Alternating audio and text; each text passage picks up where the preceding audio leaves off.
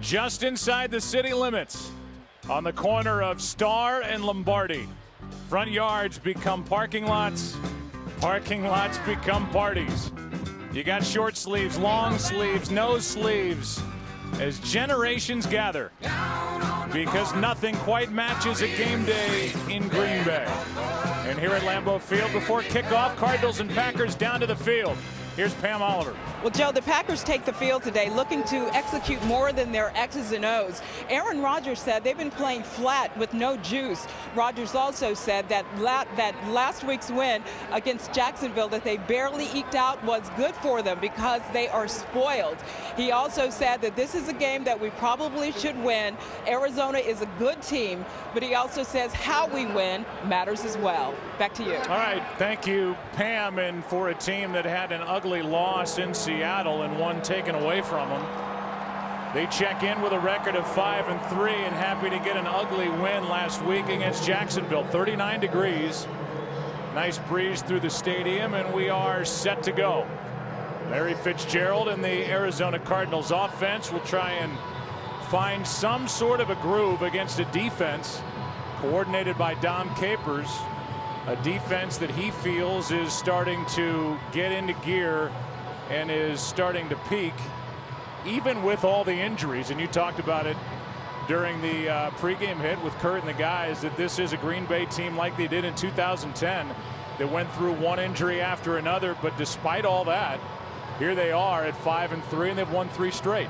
Yeah, and I think they feel pretty good about it. I mean, we heard Pam Oliver certainly talk about the conversation with Aaron Rodgers, but I know he also felt that last week's win, although obviously not very good from an offensive perspective, was a win they kind of needed, you know, to win a tough, ugly game. You know, they've certainly lost a few like that this year. But overall, Joe, I agree. I think they feel very good about where they're at right now. These are two teams that are trying to offensively establish a running game. And for Arizona, get some of the heat off their quarterback, John Skelton, who has been under duress just about every time he's dropped back. We'll see John and the Arizona offense here at the start. Glad you're with us today on Fox. This is Powell from inside the 10. And William Powell is spun down just across the 15 by Ryan Taylor. A 9-yard return, and here is Skelton Troy, who won the job in camp and during the preseason, got hurt in week 1. Now Cobb is hurt, so Skelton's back in charge. Yeah, and even he admitted that it has been a frustrating year. Certainly the last 4 weeks have been frustrating for him, in particular the last 2 weeks that he has started. Of course, that game last week, threw the ball 52 times, and that's just not going to get it done. He's got to have some help within the running game. They've lost their top 2 running backs. One of them, Beanie Wells, they hope to get back in a few weeks. Changing it up at the line as Skelton drops back and completes. That's the tight end, Hausler. And a small gain on first down of just 2 yards. And we look at this offense that comes in ranked second to last in the NFL. And this is the group with Batiste at left tackle and the rookie at right tackle that's really struggled. Well, they have, and then with Rich Ornberger making his second start at right guard, the only 2 guys that they went into training camp with, anticipating that they would be their starters that are playing here today, is center Lyle Senline and then left guard Darren College. Second down and 8. Skelton floats it. Fitzgerald, one-handed catch, but out of bounds. He shows the great hands, but he was clearly out of bounds working on Tramon Williams. It's 3rd and 8. He made this look rather routine, didn't he? I mean, clearly he's out of bounds, but you know, so much is talked about the job that Larry Fitzgerald has done over the time of his career as Skelton. He's getting a little too accustomed to being on his back at the end of each passing attempt. That was Eric Walden, who makes another start for the injured rookie Nick Perry. It's 3rd and 8.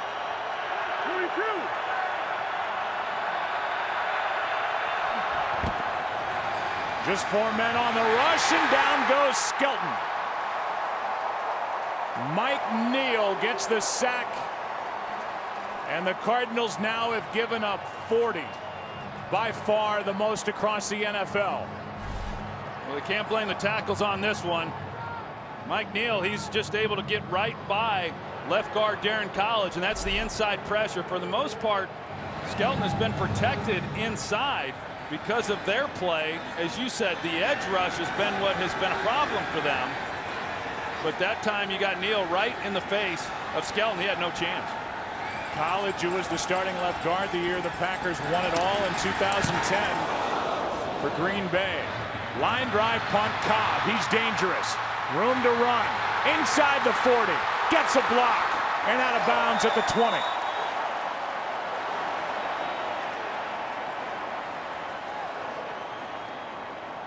Zastudil barely got it away, and that line drive punt. A 28-yard return on a 39-yard punt, and a great block by Ryan Taylor on the return by Randall Cobb. Here it is. Now you see the block by Ryan Taylor, and I couldn't tell exactly who was the recipient of that hit, Joe, but he is still on the turf. That was a big-time collision.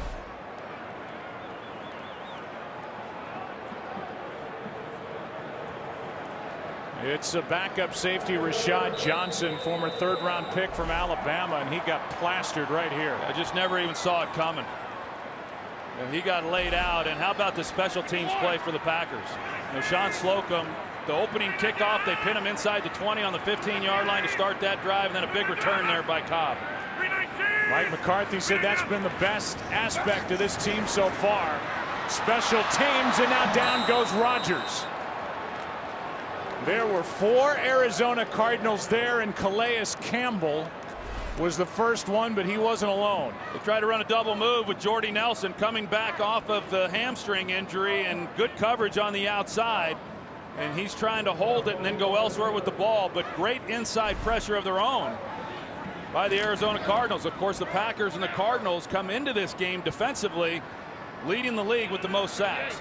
Both Campbell and Dockett get credit for that sack at 2nd and 20.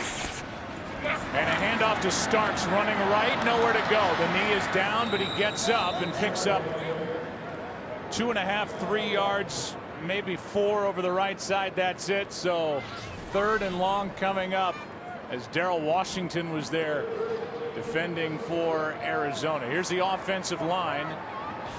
And the backs and receivers.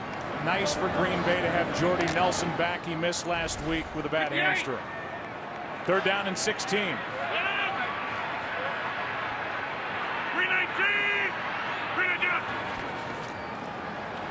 Rodgers, good protection, now gets out of there, throws, has a man, but dropped. Randall Cobb was open, tried to adjust and couldn't make the catch inside the 5. It's 4th down. Well, that was almost a heck of a play by Randall Cobb. You know, the Cardinals, 3rd and long, they play coverage. They've got help with safeties over the top, and I think Aaron Rodgers saw color out in front of Cobb and just was afraid to lead him and tried to then pull him up, and it was almost a really nice catch. Cobb, who's become such a big part of this offense in his 2nd year out of Kentucky. This one is missed by Mason Crosby, who has now missed 5 of his last 9. Hooked it, missed from 32 last week, misses from 44 this week, and the Packers waste great field position to start. Still no score. Today's game on Fox is sponsored by Southwest Airlines. Find our fares online only at southwest.com. Field goal kicker for the Packers, Mason Crosby, has hit a rough stretch. Packers get nothing out of that good return by Cobb. They're now trying to run it. Good for 1 as Larod Stevens howling. A.J. Hawk is there defensively for Green Bay. And now we look at this Packers defense, which according to Dom Capers is trending up. That 3-4 look. And they have 17 of their overall 26 sacks coming from the linebacker position. They miss Charles Woodson out with a break in his collarbone. Second down and 9. Skelton out of the backfield. Stevens howling, and he's got a first down. First of the game, and he is good for 14 yards over the left side. House was out there for Green Bay. Well, of course, when you're going to play the Cardinals, you've got to be aware then of Larry Fitzgerald and where he's going to line up. There was a time where you could determine that he was going to be on the outside. That started changing a few years back, working him in the slot a little bit more, makes it a little bit more difficult to double him, but he's going to have the attention of the Packers in this game. Future Hall of Famer, you have to believe. Larry Fitzgerald is Rod Stevens howling, who really is doing something that he wasn't expected to do, which is carry the load at running back. He's more of a change-up guy. Picks up 5. Well, there's no doubt. I mean, they come into the season with Beanie Wells. He goes down in the 3rd game of the season, and then last year's pickup, running back Ryan Williams, he gets hurt as well, and so now you're asking a guy in Rod Stevens howling to absorb the load, and that's just not what he's equipped to do. I've been impressed, though, Joe, even though the production hasn't been great for a lot of reasons. He gives it everything he's got. Go! Second down and 5. Pass is dropped by Hausler. 3rd down and 5 coming up. And what we see then, hey, the Cardinals are tired of hearing about it. Everybody probably at home that's a Cardinals fan is probably tired of hearing about it as far as the offensive line woes and how many times they've given up the hits on the quarterback. But for the Packers, they recognize the Cardinals are going to come into this game. They're going to get the ball out of his hands as quickly as possible. They got the ball out on the one play to Stevens howling, for a nice gain. I was a little surprised to see him outflank Green Bay defensively, knowing that that's what's coming. Now 3rd down and 5. 4-man rush. Skelton flushed out to his left, and the pass is incomplete. Fitzgerald, they're saying one is saying catch. The other, the side judge, is coming up and saying out of bounds. And it certainly looked like he was, and that's the call. Let's see as that ball comes out going to the ground. See if he maintains control. He doesn't. It was almost a good catch on Larry Fitzgerald's part. Good coverage. As I said, when you've got safety help over the top, you're then able to play a little bit tighter underneath, and yet they were still almost able to complete that pass.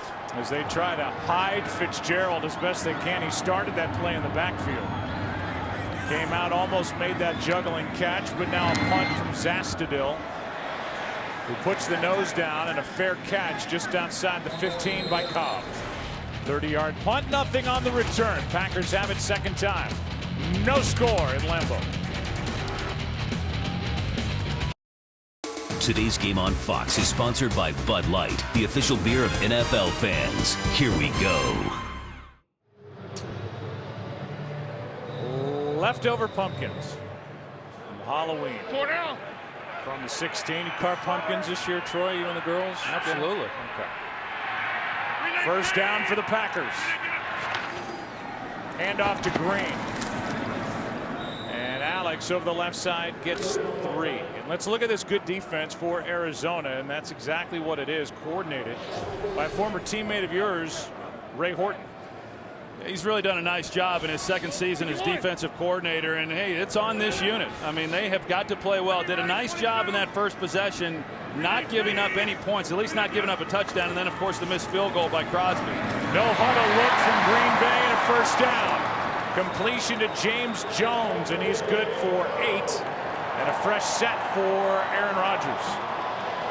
And they go to their no huddle, and Mike McCarthy said during the week that maybe he had been a little bit too quick to get out of the no huddle. It's something that they run for the most part very well, and something that Aaron Rodgers is very comfortable doing.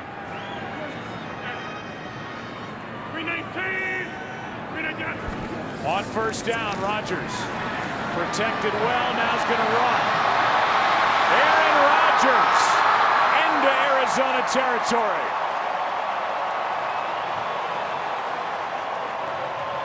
25 yards for number 12, and that's his long of the season. Yeah, you're going to see the outside pressure, and so Rodgers steps up, but because the protection is so good up front, man coverage in the secondary, everybody running with their backs to Aaron Rodgers, he's able to split the seam and get a nice gain. 327. 327. 319. Extra men on the rush. That's a completion to Finley. And Jermichael is good for 6. Jermichael Finley, who last week when Greg Jennings and Jordy Nelson were out of the lineup, he was expecting to have a little bigger day than he did. He just had 2 receptions, and I think Mike McCarthy's still waiting for it too. You know, he was such a big part of this offense prior to his knee injury during that Super Bowl year. But just hasn't quite gotten back to that same level of production. 319. On 2nd and 4, it's Green. Nice run. Alex Green with a stiff arm and down the sidelines, out of bounds at the 20.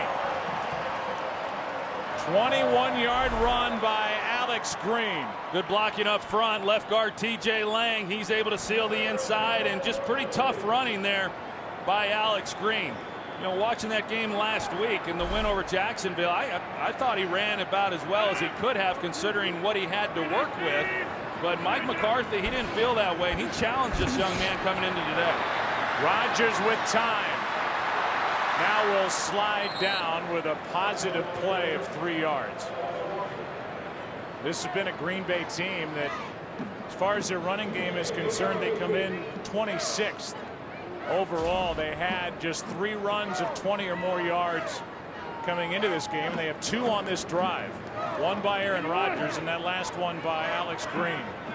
Now 2nd and 8.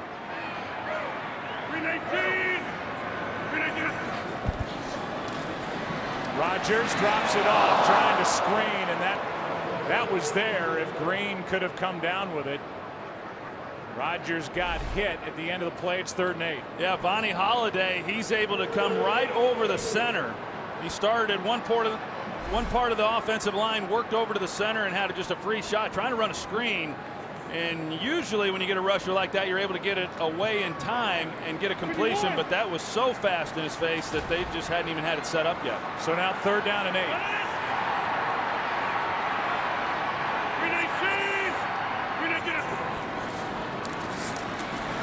Good pocket for Rodgers. And now he'll try and pick it up, and he does. He can do it with his arm, he can do it with his legs, and that one good for 10 and a 1st down. Well, it's great coverage down the field, as you can tell. I mean, he goes from one side of the field all the way to the next and just could not find anybody open. And once again, I mean, the offensive line in the middle is doing such a good job that he then is able to survey the field and still have time to pick up the 1st down with his legs. 1st down and goal. Rodgers, pump fake. Slides. Down he goes. Brought down at the line of scrimmage, and it was Acho who made the play. You know, they're just doing a good job in the secondary. I mean, there's just really nowhere to go with the ball. Trying to work Jermichael Finley in the middle. And had they been able to make the stop on 3rd down, that would have been a big win for this Arizona defense, because the Packers, for all their inconsistencies this year, they have been outstanding when they've gotten down here in the red zone. So if the Cardinals are able to hold the Packers to a field goal attempt, that's going to be huge. That does not go down statistically as a sack for Acho. 2nd and goal.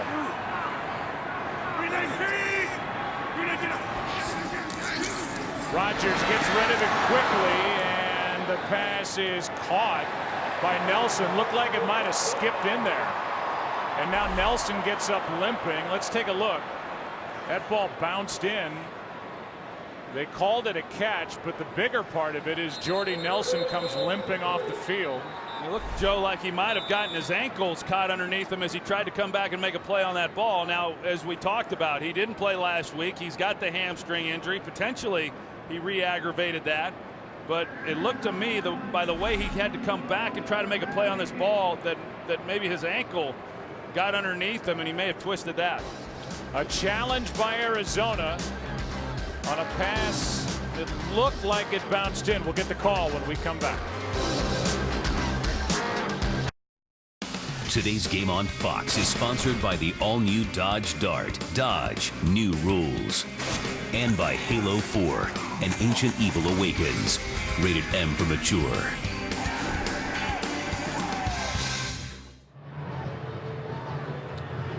We will get the call from Walt Coleman. They're looking at the right ankle of Jordy Nelson on the bench. He got it trapped under his body on that catch, and on top of it, it looks like the call will be reversed. After reviewing the play, the ball hit the ground. It's an incomplete pass. It'll be 3rd and goal at the 8.5-yard line. Please reset the clock to 5:36. Arizona will not be charged a timeout. So this is a Green Bay team, Troy, that's going into a bye week. They hope to get healthy. They brought Jordy Nelson back, and now it's an ankle on top of the hamstring. He looked like he was in quite a bit of pain. You know, the fact that he's putting a sock back on over his ankle, I think is a good sign for Packer fans. He looks. How about that sign? Well, he looks like he'll be done. He looks, you know, he looks like he'll be done for the rest of the day. But that's a real concern. You know, they were getting him back here today, but a huge concern if he's not able to come back and play anytime soon. It's 3rd down and goal. And they're going to get Paris Lennon. False start, number 88, offense. 5-yard penalty. And they made, you can see Aaron Rodgers saying it was the guy across. Well, there's 88 at the bottom, and it wasn't the guy across from where Lennon came over early. Still 3rd down. Didn't catch the end of the announcement, but they're going to mark it 5 yards against Green Bay. They shut the play down. I thought maybe because Paris Lennon was unabated to the quarterback, but instead they get Jermichael Finley, who was shown tape of that big game that he had in the desert. 6 catches, 159 yards in that 09 wild card playoff game that ended in overtime. Trying to get Finley back. As you said, he hasn't been the same since he went down in week 5, 2010. It's 3rd down and goal. Belly off! Belly off! Belly off! 319! 319! Quick throw. Pass caught. That's caught. Touchdown.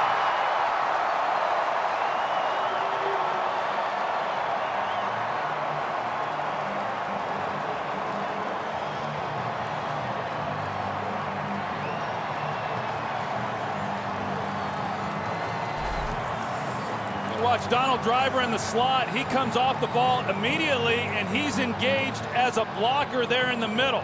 It was kind of a designed like wide receiver type screen, even though it was more of a slant route. They even released Jermichael Finley at the tight end position vertical. He wasn't looking to receive the pass either. He was blocking, and just great execution there by the Packers. Well, Randall Cobb is developing into a huge weapon for the Green Bay Packers. A penalty flag flies on the extra point. That for Rodgers, his 16th red zone touchdown Offside, pass. number 21 on the defense. That 5-yard penalty will be assessed on the kickoff. Try is good. They get Patrick Peterson for the offside. 16th red zone touchdown pass by Aaron Rodgers. The top total in the league. Green Bay offense still on fire, up 7. The numbers are staggering for Aaron Rodgers, the reigning MVP now. The last 3+ games, 12 touchdowns, no interceptions. And this will be a kneel down by William Powell. Let's go back to the touchdown. The block by Donald Driver. We'll talk more about that when we come back. Adrian Wilson whiffed on the tackle, and Cobb's got his 5th touchdown receiving the year. We're going to go back to the touchdown pass in a moment. Meanwhile, that's career touchdown pass number 154. Second to Brett Favre's 442. The Green Bay franchise leader. Handoff over the right side. And it's Lerod Stevens-Howling, good for 4. Let's go back to the touchdown. Yeah, watch Donald Driver here. He's got up until 1 yard to make contact and block before the ball is caught. Clearly, he's beyond a yard. He's closer to 5 yards. Should have been offensive pass interference. Now, the concern that I would have if I'm defensive coordinator Ray important is, as you said, Joe, the missed tackle there by Adrian Wilson. He just drops his head. That was a problem last week, and that lost to San Francisco. And the tackling needed to improve, and that should have at least been kept from scoring a touchdown. Should have been offensive pass interference, as I said. 2nd down and 6. It's Moore from Stevens Howling, and he's about a half-yard shy of a first down. Brad Jones was there defending. As we look at the Arizona Cardinals, and they definitely have defensive stars trying to protect their quarterback, whether it's Cobb or Skelton. And because of the injuries up front, they've had no run game. In fact, last week against San Francisco, only 7 rushing yards for the game on 9 carries. 3rd and 1.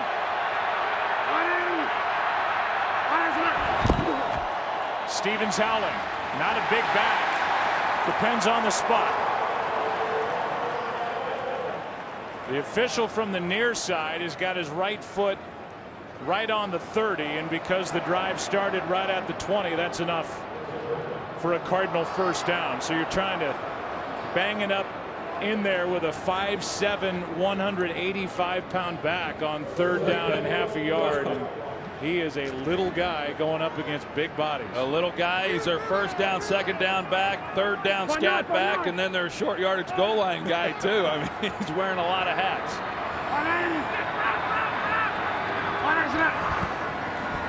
Extra men on the blitz. Raji doesn't get there, and Skelton just throws it into the ground. Let's go to Kurt for a game break. Well, we talked on the pregame show about all the defensive touchdowns the Bears have scored. Here's one on special teams. Block punt, Corey Wooten recovers it, 5 yards, touchdown. 7-0 Chicago on top of Tennessee in the first quarter. Joe, Troy, and Pam. All right, Curtin, we'll look at the NFC North with Chicago. Their defense, they get older, but they seem to get better with age, up 7-0. Well, they sure do. And not only are they playing good defense in terms of stopping people, but they're scoring points. I mean, they've about scored as many points as some of these offenses around the league. Stevens Howling just gets lost in that pile up of big bodies. He dives forward for 3. The first guy there was Pickett. And with about 3 minutes to go in the opening quarter, it'll be 3rd down for Arizona. Talk about in the land of giants. Rod Stevens Howling just turns invisible for a moment and goes forward for 3. But you can see the effort, and that's what you get when you watch this young kid play. That, I mean, he's what, 5'7" and 185 pounds, and he gives you every bit of that on every run. 3rd down and 7. And a timeout is taken by Arizona. First team timeout, Arizona. So they'll talk about a 3rd and 7. And we'll take a break. Come back to Lambeau after this.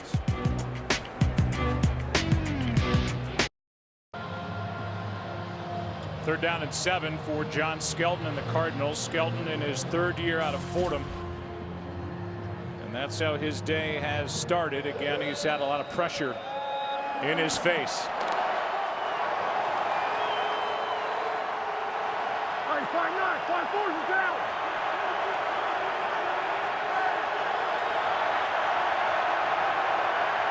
Fitzgerald at the top. And now penalty flags, a false start.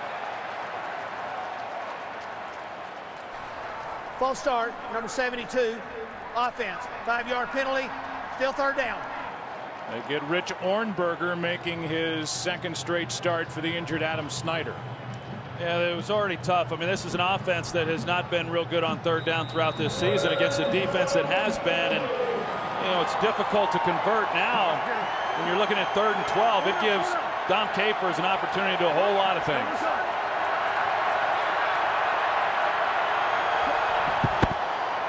On 3rd down, Skelton fires and completes to Fitzgerald. They're going to mark him at the 40 with forward progress. And that is right at the marker. Well, pretty good designed route. I really thought that Capers would come with defensive pressure. Instead, he played coverage, and Fitzgerald started as though he was going to run the corner, and it was good timing with Skelton. putting it on him as soon as he came out of the break. Skelton is a big guy. That was good enough for a first down. Skelton 6'6", 244.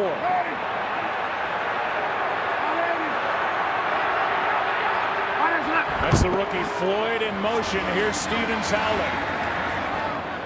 And he flops forward for 2. Let's go to Kurt for a game break. Well, the Houston Texans coming off a bye, looking like the team that they were before the bye. Beautiful play fake. Matt Schaub found a wide open Owen Daniels, 39 yards for the score. And they take the lead over the Bills as they get ready to start the second quarter up by a touchdown. Joe, Troy, and Pam. All right, Kurt, the only team to get them this year, the Green Bay Packers. Start the day 6-1. And there's the day for Schaub so far. 2nd and 8.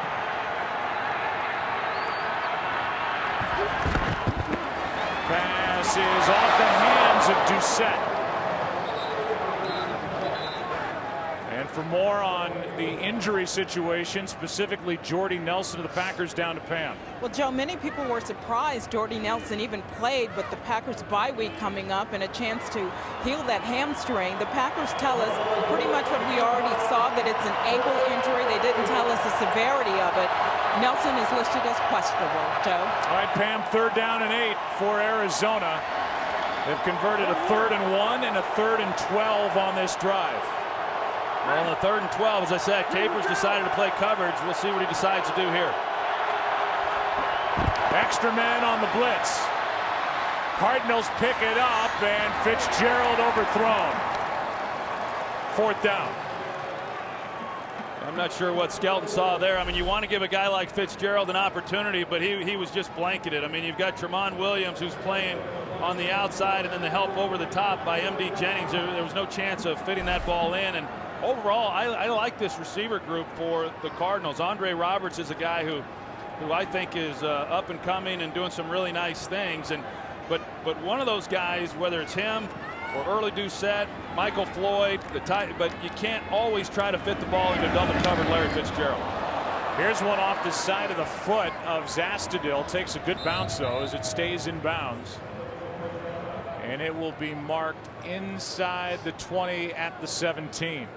In honor of Veterans Day, for every point scored during the NFL's 32 Salute to Service games, the league will donate $100 to each of its nonprofit partners, the Pat Tillman Foundation, USO, and Wounded Warrior Project. To join the salute and learn more, visit NFL.com/salute. Members of the 157th Wisconsin National Guard held the flag during the national anthem today here at Lambeau. On 1st down, pass is not good enough for James Jones. 2nd and 10, under a minute to go, opening quarter in Green Bay. Well, we'll see what this Arizona defense is able to do, and you know, as we said, they really have to kind of carry the torch for this team, and it's not an offense that can come from behind by very many points, and so when you're already down 7 points, you can't really afford to give up much more. They fake the handoff. Rodgers keeps it, throws it. Jones, 1st down, and making moves on the rookie Jamel Fleming. Good for 17. James Jones has had himself an awfully nice year. They go off of the play action. You're seeing more and more teams do this. Of course, you see it in Washington when RG3 actually runs with the ball, but more and more teams are going with that play action out of the gun, hold linebackers. But James Jones has had himself a nice first half of the season. Now they do hand it off. And a nice run by Alex Green out to the 40. Picked up 6. Darrell Washington, who has been quiet so far, there to make the stop, and that should do it for the first quarter here in Green Bay. A little shoving after the play, and with the lead and the football, the Packers will start the second quarter with the ball at their own 40. Take a break, come back. Quarter number 2. The 4-4 Cardinals, the 5-3 Packers getting together in Wisconsin. Second quarter coming up. Look at the rush yardage for Green Bay against a good Arizona defense. Averaged 90 yards rushing per game. They're up to 71. this is like a different team offensively if they can run the ball. Base 51. Second down and 4. Rodgers out to his right, just flicks it, and the pass is in the air and picked off. It went off the body of Randall Cobb and then intercepted by William Gay, and that's his first interception as a Cardinal. That ball was in the air and Gay was there to pick it off for Rodgers, his first interception over the last 4 games. You see, as Cobb's going to the ground, it hits him in the chest, and then it's taken away from him. And I didn't see anything there to think that the ball had gone to the ground. I don't believe that it did. It was just a heads-up play there by Gay. And whether or not Cobb had possession of it, I think, is the real key as he's going to the ground. Maybe worth a challenge. Reviewed. It's a turnover, so it's reviewed anyway, and Mike McCarthy can just look up at the video screen. So it is a booth review, and I think you bring up a good point. Possession with the ball, tap down. This will be interesting. We'll get the call when we come back. Today's game on Fox is sponsored by Ford and the Go Further with Ford Night. By Geico, 15 minutes could save you 15% or more on car insurance. And by Pizza Hut. Make it great. We are going to check in with Mike Pereira as we're under a booth review because of the turnover. Mike, what did you see? I think what you have here is a receiver, Cobb, going to the ground. He has to maintain possession after he hits the ground for it to be a catch. He doesn't. Ball doesn't hit the ground. Defender then gets the ball, heads upfield. It's an interception. The only thing you could look at is maybe the intercepting player down by contact. And they're going to stay with the ruling on the field. So Mike got it right. William Gay gets the interception. I thought maybe that ball popped up in the air. Tough to see along the sideline, but just kind of a crazy play. And Gay is there to just rip it out of the arms, in essence, of Randall Cobb. Yeah, I mean, a really nice play there by William Gay. It's hard to tell exactly what happened to the ball after it came into Cobb's chest. But regardless, for Gay to be able to locate it, get it, and maintain control of it himself, I mean, Mike McCarthy doesn't like the ruling. He had a pretty good look at it from where he was, and maybe he feels that Cobb had possession of the ball, but it was very, very difficult to tell. In fact, we couldn't tell from the shots that we showed. And like Mike Pereira said, every week we talk about maintaining control going to the ground. Cobb didn't. Here's one downfield and caught by Andre Roberts.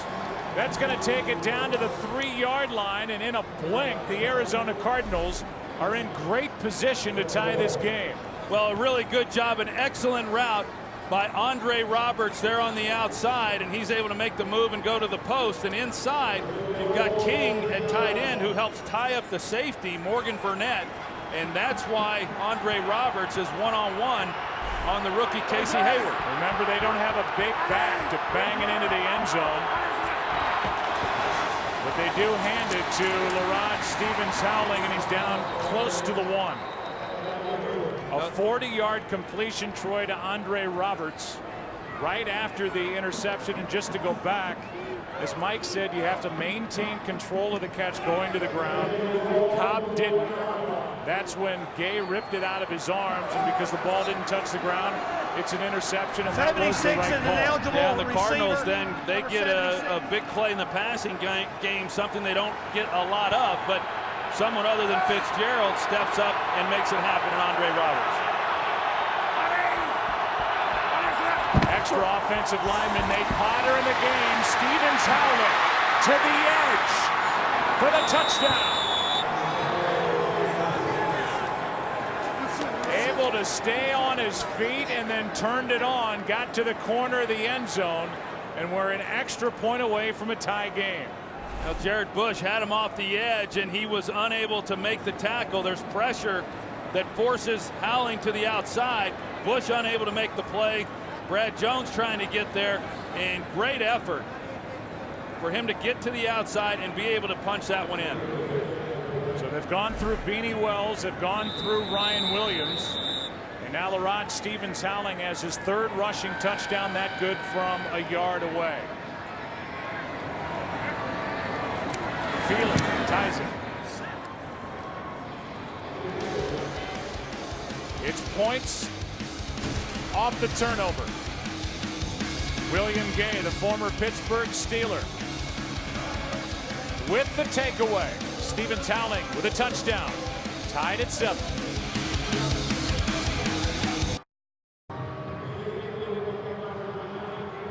William Gay set it up with his first interception as an Arizona Cardinal, and 3 plays later, Larod Stevens-Howling, after a 40-yard Roberts catch, which was Arizona's second longest play from scrimmage this year, set it up. We're tied at 7. Cobb will take an 8. Fox Sports is your home for the UFC beginning on Friday with a new episode of The Ultimate Fighter on FX. Saturday, it's UFC on Fuel TV 6, live from Macau, China. Then on Saturday, December 8th, it's UFC on Fox 5, where Benson Henderson will put his lightweight championship on the line against Nate Diaz. And during that entire break, Mike McCarthy was getting the explanation from Walt Coleman. We heard it from Mike Pereira that it was the right call because Randall Cobb didn't maintain control of the catch going to the ground. I think the right call was made, but I also think that Mike McCarthy had the best view of what happened. Here's a toss to Cobb. Running over the right side, and he can get you from a lot of different angles. Good for 11. Campbell on the stop. Here's Kurt Menefee with a game break. Hey, stop me if you've seen this before. The Bears defense with a touchdown. Matthew Hasselbeck picked off by Brian Urlacher. He's not the speedy Urlacher he used to be, but nonetheless, 46 yards later, it's good enough for a touchdown. The defense then forced a fumble, which turned into an offensive touchdown on the very next play from scrimmage. They're up 28-2 at Tennessee. Joe? All right. Former college safety Brian Urlacher, who's had that unbelievable career, and he's still going. It's crazy how many points that defense has scored. Here's Starks back in after only being in Troy in that initial possession. He gets 4. Yeah, I'm wondering if he wasn't quite right, because after that first carry that he had for the 4 yards, he was not back in the game until just now. And as Mike McCarthy said to us on Friday, hey, James Starks is going to be in the lineup on first and second downs, and then bring in Alex Green on third downs and some of the one-back stuff. But that was not the case until that last carry. Now it's Cobb in the backfield. And Cobb gets it right up the gut. And he takes it across the 45 to the 46, good for 12. An impressive guy in his second year out of Kentucky. You see Reggie Cobb, and this is impressive for anybody, but the one cut right there in the zone blocking scheme. I mean, this guy is obviously an unbelievably versatile player. And now Brian Bulaga, the right tackle, he comes off the field. You said Reggie Cobb. That's Randall Cobb. He's impressive, no matter what his first name might be during the course of the ballgame. Over the right side, it's Starks. Nice move. And they would love Troy to get him going, as James Starks was such a big part of their Super Bowl run in 2010. He hasn't been heard from much since. No, and he's such a powerful guy. I mean, he's a strong back. I think where some of the concern then comes is maybe in pass protection, but he is able to do some things within the running game if they can get him going, as you said, like he's capable of going, and he's just been kind of a mixed bag. Missed the first 5 games with turf toe. Black 98, black 98.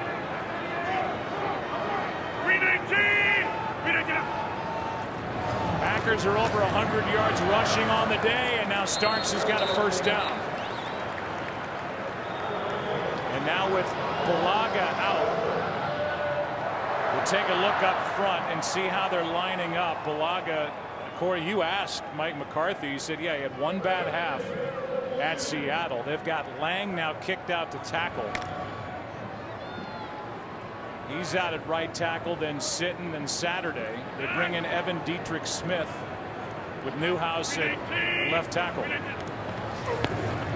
And off to Starks. James Starks over the right side gets 5. Well, I think you look at their offensive line, and yeah, they have to bring in Dietrich Smith, but he's a backup center, and then he swings as a backup guy to both guard positions. So, you know, with Bulaga going down, it essentially affects 2 players because of the fact that Lang then has to move to right tackle. Now, this is an offensive line, unlike a lot of offensive lines around the league, certainly the one across the field from them. They've been pretty healthy. I mean, all 5 of these guys have started every game this year. Second down and 5. The 7th play of the drive, and to the sideline too high for Randall Cobb. William Gay was out there defending. William Gay, a guy that Ray Horton was familiar with from his days with the Steelers. Ray Horton, the defensive coordinator, was defensive backs coach under Dick LeBeau in Cincinnati, then with LeBeau in Pittsburgh. And there's a heavy connection to Dom Capers, who was the coordinator in the early 90s for Bill Cowher and the Steelers. So there's a lot of similarities between these 2 defenses and their schemes. It's 3rd down and 5. There are flags down. Free play over the middle. Pass is off the left hand of Cobb. Arizona came across offside at the beginning of the play. It was a good job by Aaron Rodgers. You saw some of the influence of Dick LeBeau on Ray Horton on that last defensive snap. You see all of these guys here, they're all standing up, some of those of which are defensive linemen. 5-yard penalty, still 3rd down. Bonnie Holiday, Darnell Dockett, defensive linemen, they're standing up, and then they bring the edge pressure, but Aaron Rodgers able to use snap count and draw him off sides, and then knowing that he had a free play, tried to fit one in down the middle. It's going to be 3rd down and less than a full yard. After the 5-yard penalties, they get Sam Acho for coming across too soon. And they start the play with Alex Green in the backfield with Rodgers. And a timeout taken by the Packers. That was called by Mike McCarthy on the sideline. Green Bay. That's their first. 3rd down and less than a yard for the Packers when we come back. Today's game is sponsored by AT&T, the nation's largest 4G network. AT&T, rethink possible. What do you do, Troy Aikman, on 3rd and 1? I think with Mason Crosby and some of the problems that he has had, his inconsistency, 3rd and 1, take a shot. My guess is if they don't hit it or they don't get it here, McCarthy goes for it on 4th down. Instead they hand to Green, and he ran into a wall. He got a 1st down. It was Kerry Rhodes. Paris Lennon there as well, but a 1st down. It was loud. Well, Kerry Rhodes, he was the unblocked guy right in the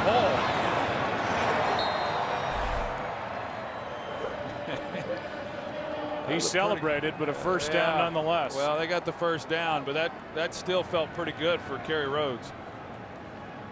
He was traded from the Jets in 2010. In his 8th year out of Louisville. Look at the run to pass ratio in this drive, 7-1. 9th play, and trying to jam it right into the gut of Tom Crabtree. Incomplete. Let's go down to Pam Oliver. Well, Joe, as you know, Jordy Nelson had that ankle injury, and he is sitting on the bench at this moment. Now, right tackle Brian Bulaga, he twisted his hip.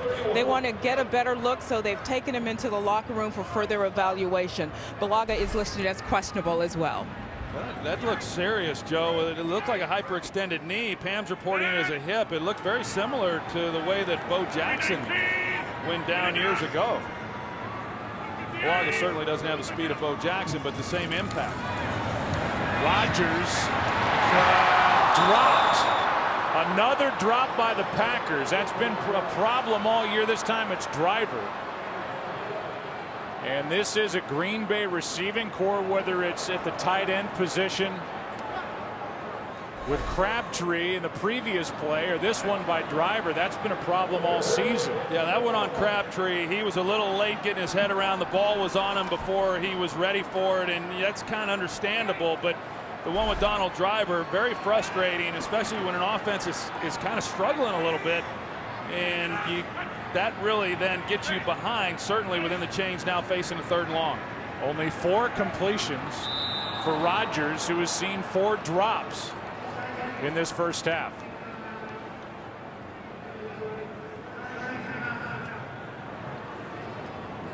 And so Rodgers has to call a timeout. Go talk about it. We welcome you inside our broadcast booth here at Lambeau. And while we watch these two teams play here this afternoon, we'll take a bigger picture look and look at the NFC. And they were talking about it on the pregame show. Atlanta's undefeated, but yet they still don't get talked about as the best team in the conference. Where do they stand on your list? Well, I think they're really good. I mean, they've got a quarterback that can certainly lead that team. I do think that this game tonight against the Cowboys is going to be a real challenge for them. I think one of the reasons why maybe they haven't gotten a lot of the attention that they probably deserve is because of some of the teams that they have beaten, although some of those wins have been some really nice wins for them. I think everybody's kind of waiting for this team right here, the Packers, you know, with the injuries that they have had, yet they've been able to win 3 in a row. But as we're seeing here again today, just some real up and down play. It's 3rd down and 10 blitz. Packers pick it up. Pass is almost dropped. Driver hung on. It depends on the spot.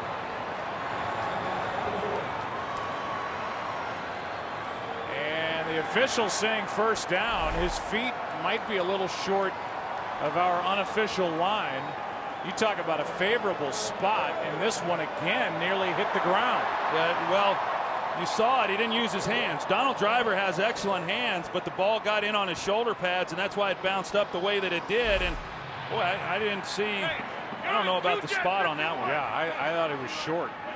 Had he have caught it clean, he picks up the 1st down easily, but that looked short to me. It's only the 5th completion for Aaron Rodgers in the half. Here's one for Cobb. What a throw! Touchdown!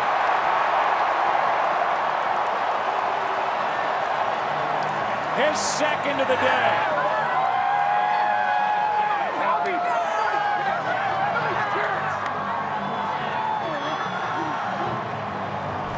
Against William Gay on the outside, and Cobb, who's outstanding as a slot receiver, he's able to, from the inside, run the go route, and because of where he started his lineup, it gives him a lot of room, gives Aaron Rodgers a lot of field to lay that ball over the outside shoulder. And I know Aaron Rodgers, he likes Randall Cobb a lot. You know, I mean, they can use him in so many different ways, and they have. He's a real weapon.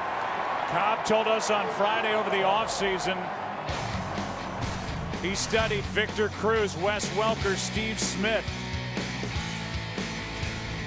They may be studying him next offseason. 14-7 Packers. Long drive for Aaron Rodgers in this Packer offense. Rodgers leads the NFL with 23 touchdown passes. Talked about coming in the last 5 games, 18 touchdowns, the most ever touchdown passes over a 5-game span in Packer history. We talk about quarterbacks like Bart Starr, Brett Favre, and now Aaron Rodgers. That's saying something as Powell returns it, spins his way across the 20 out to the 22. And we go back to that catch on 3rd down and 10 to Donald Driver. Yeah, you see the 1st down line, and once he gets possession of the ball, his right foot is on the line, but watch where the ball is. I mean, the ball is short of the 1st down line. I think it's looking at 4th and 1, and then the very next play they come back and throw a beautiful pass then to Randall Cobb for the touchdown. And you know, we showed the amount of yardage that Randall Cobb was responsible for on that last touchdown drive, and where would they be without him? You know, considering Greg Jennings' absence for pretty much the entire season, and then of course Jordy Nelson going down early in this one again. Here's Powell. His first carry of the day. He's out just shy of the 25. A gain of 3. Pickett was there for the stop. In the aftermath of natural disasters like Superstorm Sandy, the American Red Cross provides life-saving services such as meals, shelter, and mobilizing resources and workers nationwide. Visit redcross.org or text Red Cross to 90999 to give a $10 donation. Second down and 7. Skelton hangs in and fires incomplete for Andre Roberts, who has a 40-yarder today. It's now 3rd down and 7.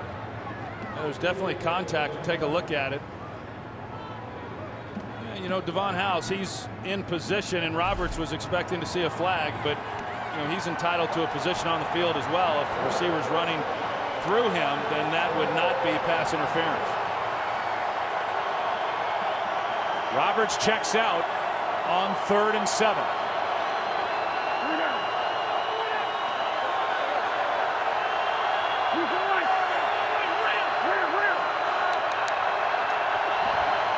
Blitz. Skelton got it away, and now it's dropped. Pass is incomplete. Early Doucette. He had it. Looked like he was about to turn upfield and put it right on the ground. It's 4th down. Just a great job, too, by John Skelton of hanging in the pocket. Clay Matthews coming off the edge. He gets a free hit on him, and he puts it perfectly out in front of Early Doucette, and a play he just has to make. In an offense, as we pointed out, that has had their share of problems and inconsistency. It's been hard for them to pick up yardage. 6 times this year they have failed to even have 300 yards of offense. And you know, when you've got a quarterback under duress and he puts the ball where it has to be, he's got to have some help. Now they get a delay of game on top of it. Delay of the game, offense, 5-yard penalty, still 4th down. Troy, that was really close to a catch and fumble by Doucette. He had it. They talk about an element of time and being able to make another football move. Really close. It was called incomplete. As you watch it again. Yeah, I think it was the right call on incomplete. I mean, you're right. You know, a football move. Does he have it? Does he turn it up the field? And it just looked to me like before he really made a football move that the ball was loose and coming out. And I think that's why they had to delay a game, because Wisenhunt was trying to decide whether or not to challenge it. A couple of moves by Randall Cobb, and then he gets popped at the 25. And we'll look back at a season review after Bethel made that last play for Arizona, and the two teams start to shove, but no flags. Cardinals started this season 4-0 after finishing last season winning 7 of their final 9 games. And you see the points per game average over the first 4. Since then, they've lost their last 4, October not kind, and they have averaged 9 points per game. They've gone through Kevin Cobb, who's out with a rib injury. They've lost 2 running backs. They've lost 2 tackles during the preseason. There's Kevin Cobb. And he was settling in pretty well for Arizona after that deal the organization made to get him in a trade from Philadelphia prior to last season. And now he's out. Over. 319. Sounded like Rodgers changed it up. Here's Starks. And James Starks lost it. Ball on the ground. That's loose. And Rodgers is there to get back on top of it. Rodgers trailing the play, recovers the fumble after it was knocked out by Paris Lennon, and then a little wry smile by Aaron Rodgers as he's there to get on top. It's just a great heads-up play by Aaron Rodgers, keeping his head on the play, seeing what's happening, saw the ball come loose, and is then able to make a play. There was a Cardinal who was in a position who was watching Starks trying to come off the block, and he had an opportunity to make a play on the ball, just was unable to, but a really great job by Aaron Rodgers keeping that play alive. Now 2nd down and 3, setting up the screen for Green. He's got some speed, and he's out across the 35, a 1st down of the gain of 6.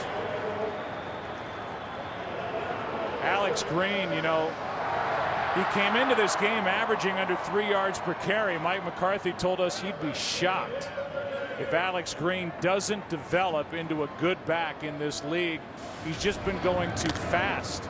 They want him to slow down and let things develop in front of him. That happens a lot with young backs. And remember, I mean, he's coming off a pretty significant knee injury last year and, you know, still kind of finding his way. And yeah, that'll all come as he gets more and more reps. Here he is right side. Little hesitation, and he gets to the 40. A gain of 2. And now a late slug, but still no flag. O'Brien Schofield threw a shot, but no penalty flag. It's 2nd and 8. The official was right there too. Normally you don't get away with something like that.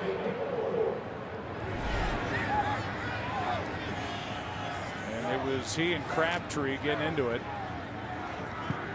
And then that little extra at the end, but no flag. So 2nd and 8. I don't know if the official saw it. He was squatted down. He may not have even seen the blow. Here's Green, delayed handoff. And Green is out inches shy of the 45. 3rd down coming up. Meanwhile, on that punt return, Randall Cobb, who's such obviously a big weapon, got kind of sat up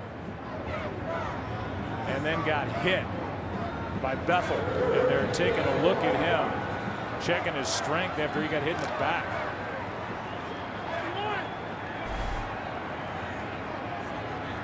And left arm went down pretty easy. 3rd down and 3.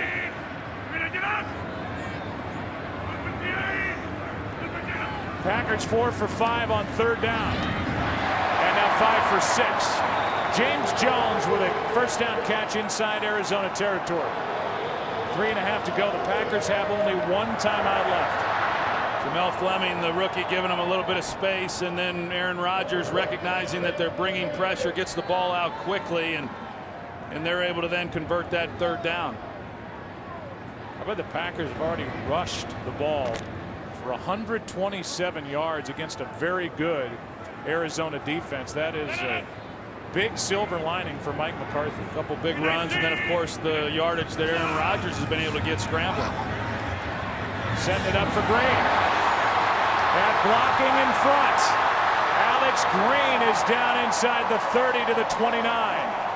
Good block by Saturday out in front of him. A 19-yard catch and run. Yeah, it was effective enough. I've always liked this screenplay when you get the quarterback rolling out to his right and you get the defense then flowing that way, because the Cardinals are so fast to pursue and then come back and get the ball to Alex Green. Almost a nice play there by Darrell Washington. Had blockers. He's almost able to split that and make a play, but Alex Green's able to get a good gain on the play. 319. Quick throw, Boykin. And the rookie trying to make a move. Couldn't get around Patrick Peterson. And for Peterson, got to feel good to bring down Boykin on that initial move. A good, strong tackle after a rough game against the 49ers. Yeah, you know, he was really looking forward to getting back out onto the field and playing, you know, one of his worst games. He's someone they think a lot of there in Arizona. An excellent young player. 2-minute warning at Lambeau Field. Packers on the march, leading by 7.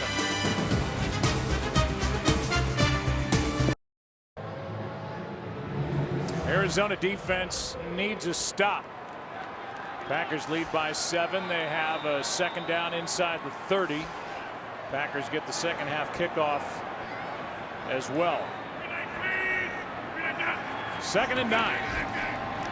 Rodgers flips it. Pass is caught. Touchdown, James Jones. What a catch.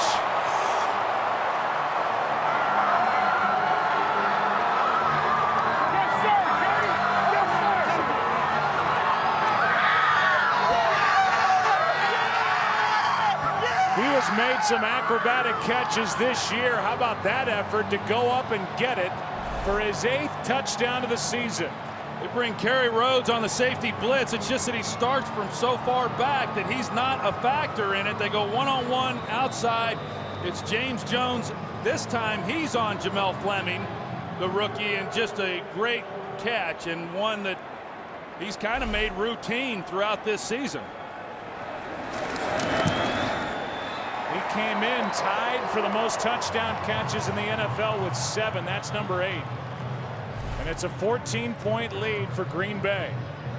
Yeah, you show the blitz, and that then creates one-on-one, and it's good coverage. You know, I mean, Fleming's in a pretty good position. He's trying to locate the ball. He's not quite able to. He's got his arm there, but just excellent concentration by James Jones and making a tough catch. So they're trying to replace Greg Jennings, who is their top threat on the outside. He had that surgery for the lower abdominal muscle, that groin injury that's affected him all year. According to Mike McCarthy, the doctor in Philadelphia, said he could be back in 3 weeks. They hope to get Jordy Nelson back. What caught my attention, I don't know if it caught yours, when we talked to Aaron Rodgers, he said things are getting back to normal. And when they're normal in Green Bay, they're anything but normal, because they are a dynamic offense. And Aaron Rodgers with a 3-touchdown pass afternoon already, leading by 14. Well, he likes this team. He compared it to the 2010 team, and we all know what that team went on to do. That streak at the end. They won it all over the Steelers in Super Bowl 45. Here's Kurt to tell us what's coming up at halftime. All right, coming up on the Visa Halftime, we'll put the band back together and get you all caught up on a busy NFL Sunday, including a matchup of a couple of surprise teams as Miami takes on Indianapolis and Peyton Manning and the Broncos try to continue their hot streak. It's all on the Visa Halftime. Thanks, Kurt. Good to see we got David Hill off the polo field for a little sit-in. First down at the 20. Pass is caught. Fitzgerald. And the Cardinals need something to happen here, as Fitzgerald is good for 9.5. Second and a short one. They have 2 timeouts left. Down by 14. There's Fitzgerald, and that was almost picked. Fitzgerald so good at getting the contested throw, and that's a first down, good for 6. Well, they've got plenty of time. They've got 2 timeouts, and Skelton just has to be careful here and recognize that and be smart with the throws. This is a defense that's very opportunistic, and as we know, capable of a lot of takeaways. Handoff to LaRod Stevens-Howling, and he is going to wisely get out of bounds. And a decent pickup on first down of 6 yards. Well, this would be a nice way to end the half for Arizona, considering the fact that they're now down 14 points. You know, we've talked about it. They're not really built to come from behind. Last week in that loss on Monday night to San Francisco, they basically abandoned the run altogether with only 9 rushing attempts. They can't afford to have that happen here this week. Second down and 4. Skelton completes. That's the rookie. And Floyd is out near midfield, a gain of 9. Yeah, you do not want to become one-dimensional against the Dom Capers defense with as much trouble as they've had protecting the quarterback this year. So trying to close it to a 7-point game before half, or just get something. There he goes down, Skelton, and right in his face is Mike Daniels. And for Daniels, his 2nd sack of the year, and that is a big loss. You can see the move. They go Clay Matthews inside. Daniels comes around the edge, and that's the twist in the game up front that frees him up. A loss of 10 on the play, and Arizona has to use their 2nd timeout. So Daniels with Jarrell Worthy out with a concussion. Mike Neal, who has a sack in this game. Good news for him, coming off a sprained ankle. The sack by Daniels makes it 2nd and 20.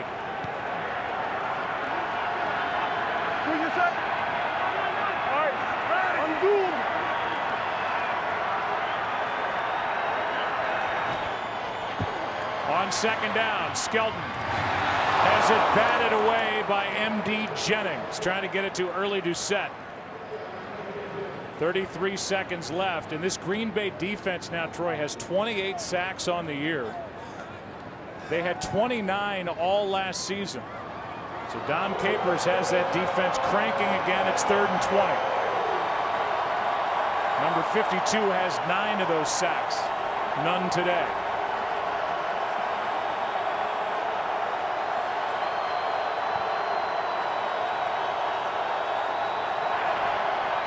Quick throw. Pass is dropped. That's Doucette again. He's dropped a couple. And it's 4th down. The Cardinals were able to get some good completions and start moving the ball and get a little rhythm going, and then the sack essentially just took him out of this. Even if Doucette's able to make a catch here, which he should have made, they're not going to pick up the 1st down. But we showed the amount of pressure that's been put on John Skelton, and that's hard.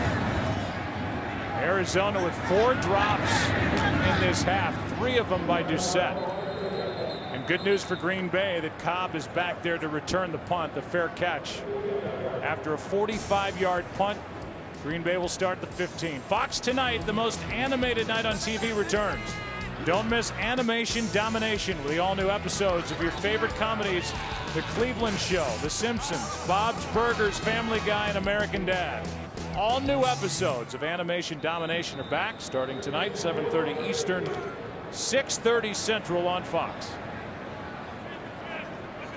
And Green Bay is going to leave well enough alone, take a knee, and that'll do it for the first half here at Lambeau. And the Packers, who have won 3 straight,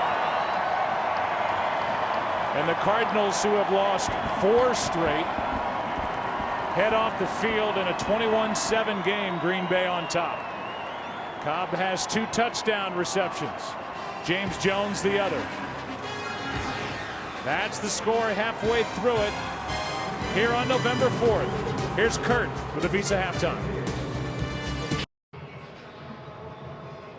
Along with our producer Richie Zients, our director Rich Russo, Colby Bourgeois punching all the buttons for you. 21-7 at the half. Follow your favorite team all season long. Go to itunes.com/NFL.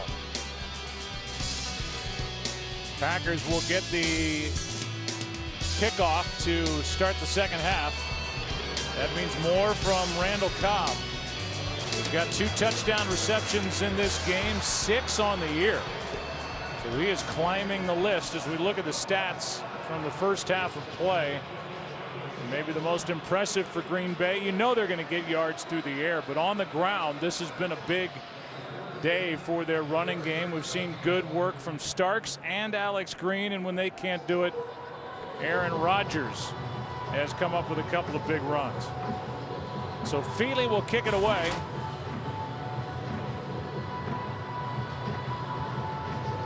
And Cobb will wait for it on the other end.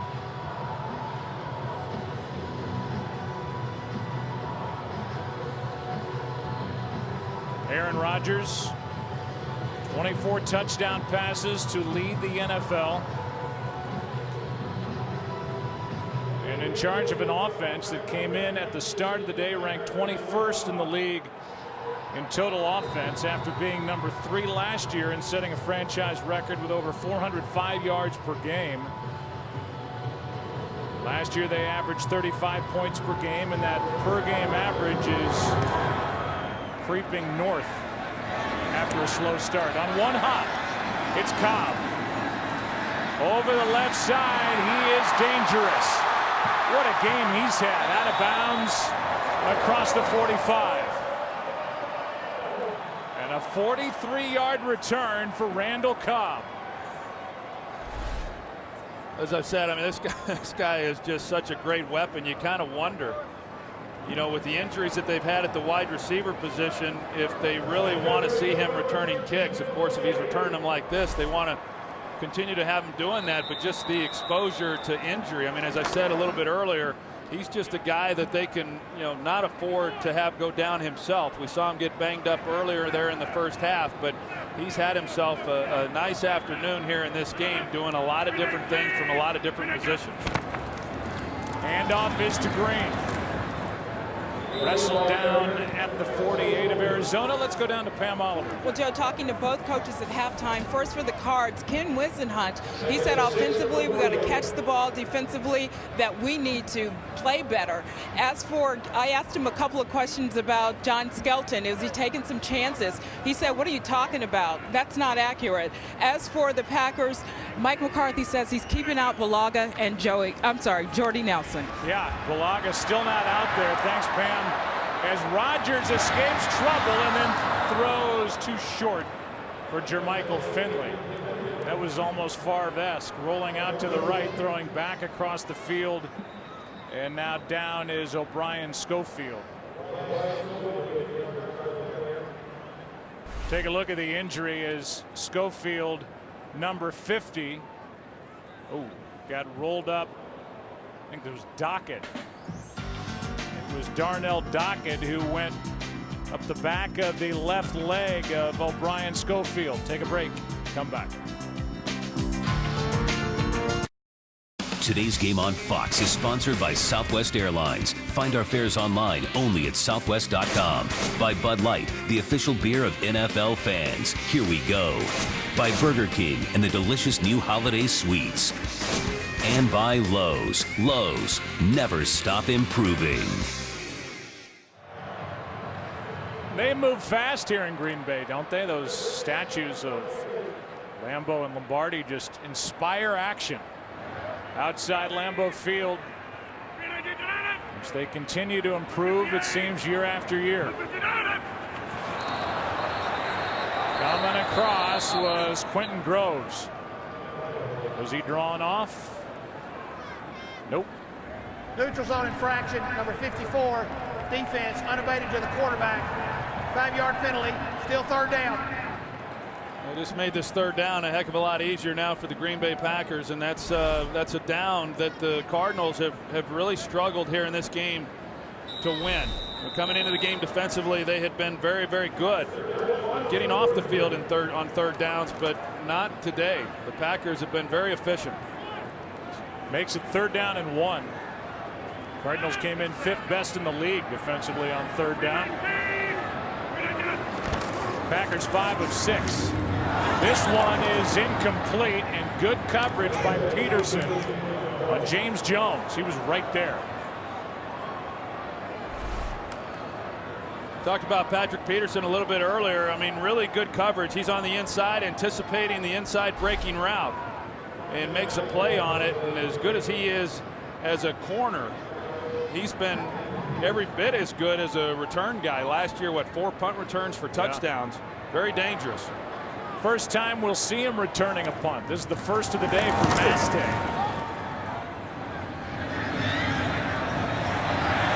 And it ends up in the end zone. Took a funny bounce. And a good bounce for the Cardinals, who need to get something, Troy Aikman, something going offensively here against the Green Bay defense. Well, it was a good start defensively for the Cardinals to at least not give up any points there coming out to start this second half. And yeah, I mean, they've got to, John Skelton's got to get some help. You know, they do have to catch the ball, and they need to run the ball, you know, certainly better than they have. But it's hard to go the distance the way that they do. We saw the big play they had to Andre Roberts that set up the touchdown that they got, and those are the big chunks that they really need to have, because it's hard for them to put 9-10 plays together. Here's one in the air, up for grabs, picked off by Walden. Hayward is the one that forced it up into the air, and Eric Walden comes down with the ball. Hausler was the intended receiver. Walden gets his first pick, but it was up there for anybody to take. Hayward right here, he's the guy who drives on it. When he sees Hausler on the out-breaking route, he just jumps on it immediately, and Skelton either doesn't see him or he thinks he can just squeeze it in there. Ball deflected. Eric Walden's able to locate it, and a big turnover. And as we talked about, I mean, already down 14 points, giving the ball back to the Packers with this kind of field position, it's going to make it awfully tough now on this defense. First turnover forced by the Packer defense. That's their 10th interception. Hand off to Green. Campbell was in there first to hit him. This was a defense that last year had 31 interceptions. That's only number 10 as they play in their 9th game. But this is a Green Bay team overall that didn't want to have their head coach hear him talking about a bye week coming up. But it'll be a big one if they can get a win here today and then take a week to get healed. They are banged up. Rodgers look left, throws right on the reach of Green. There was nothing out there. Groves was there staring into the eyes of Alex Green. Meanwhile, the Arizona Cardinals started this season 4-0 on top in the NFC West. Now it's the 49ers again and everybody else. Arizona's sliding. Seattle's had a good season, and that defense just seems to get better. And their young quarterback Russell Wilson. The Rams have been better, but have dropped their last few.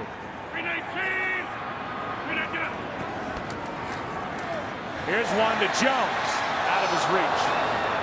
And on 3rd down, the incomplete pass will bring Crosby onto the field. William Gay was out there defending. Yeah, it's very frustrating for Aaron Rodgers, I know, because of the fact that they did get the ball where they did and to not be able to do anything with it and now have to settle for a field goal. But give the Arizona Cardinals defense some credit. Mason Crosby started this season 5 for 5. 4 of 9 since. He missed from 44 today. And the 33-yarder is drilled. Makes it 24-7. Green Bay on top. Opening minutes, 2nd half.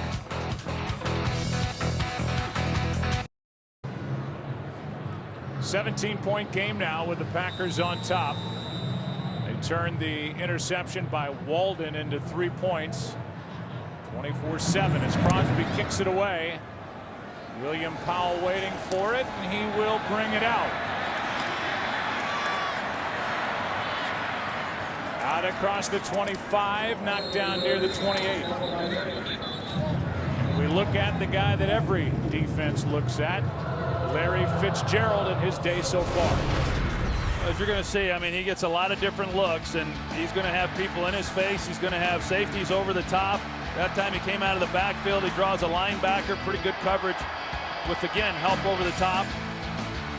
But Larry Fitzgerald has, really been a pro through it all. I mean, he was part of a very prolific offense with Kurt Warner. They made it to the Super Bowl. He was regarded as the best receiver in football, and you don't get quite that same attention nationally when you're not winning games. Rod Stevens-Howling gets 3 over the right side. Walden on the stop. Larry Fitzgerald is still on that short list of guys with, let's say, an A.J. Green, a Calvin Johnson, Andre Johnson, the defensive coordinators game plan for on the plane home from the week before.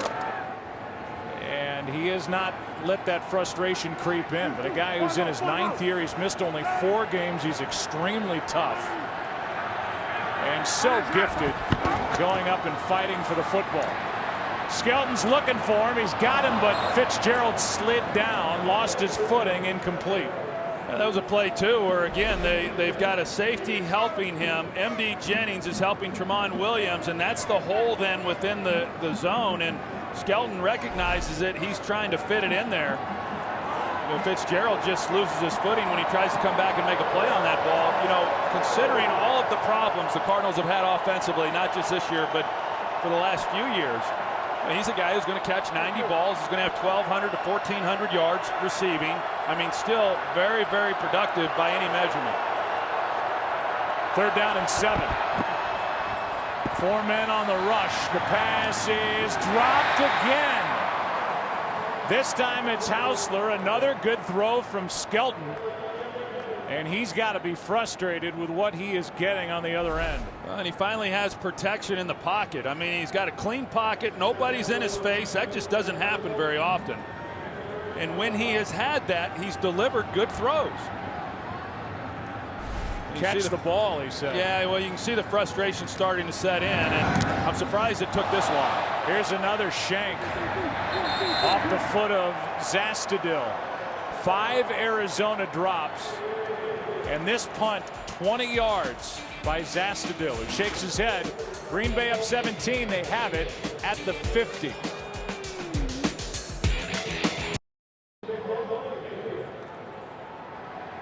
Green Bay Packers have 259 total yards to Arizona's 109. This drive starts at midfield. Up by 17. To the ground, it's Green. And Alex straight ahead for 2. Darrell Washington on the stop. And again, the Packers are without Bulaga. They have Derek Sherrod, who's on the physically unable to perform list. And they've got decisions to make. They made one, Green Bay did, with linebacker Frank Zombo. They activated him off that list this week. Got Andrew Corliss on that list. Sherrod as well. Sherrod may be headed to IR.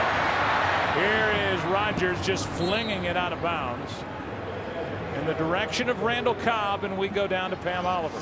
Well, Joe, as we speak, Cardinals linebacker O'Brien Schofield, he is not out there on the field. We are told he has a sprained left ankle. The Cards aren't sure if he will return. All right, thanks, Pam. So number 50 not out there. As Rodgers steps up, and that one comes out. They're not saying incomplete pass. It looked like his arm was going forward. And this one, now eventually, Walt Coleman just said incomplete pass. Quentin Groves was there. He got into the chest of Aaron Rodgers, and this one was clearly arm going forward, incomplete, even with a late call by Walt Coleman. That was Quentin Groves who came around the edge. TJ Lang, as you said, Joe, going from the guard position out to right tackle with Bulaga going down. Aaron Rodgers didn't sense him coming. I know last week Rodgers was wanting the tuck rule call to avoid a fumble. That time, clearly empty hand coming forward. The correct call was made. So now 4th down and 8. Second punt by Maste. And he hits it end over end with Peterson looking at it and muffing it. Able to get back on top of it. It will stay with Arizona. Well, this was a big week for my partner Troy Aikman. Henrietta, Oklahoma held an event at Henrietta High School for their NFL hometown Hall of Famer Troy Aikman on Tuesday. The school received a Troy Aikman plaque from the NFL Hall of Fame. Troy's plaque was the 44th distributed by the Hall of Fame, and it's going to spark an idea. As we welcome you inside our broadcast booth, we're over there from the cart. That was a nice night, I know, for you. Well, it was, yeah. And I think my friends and family are saying, are you kidding? We've got to come honor you again? For what? Pass is caught.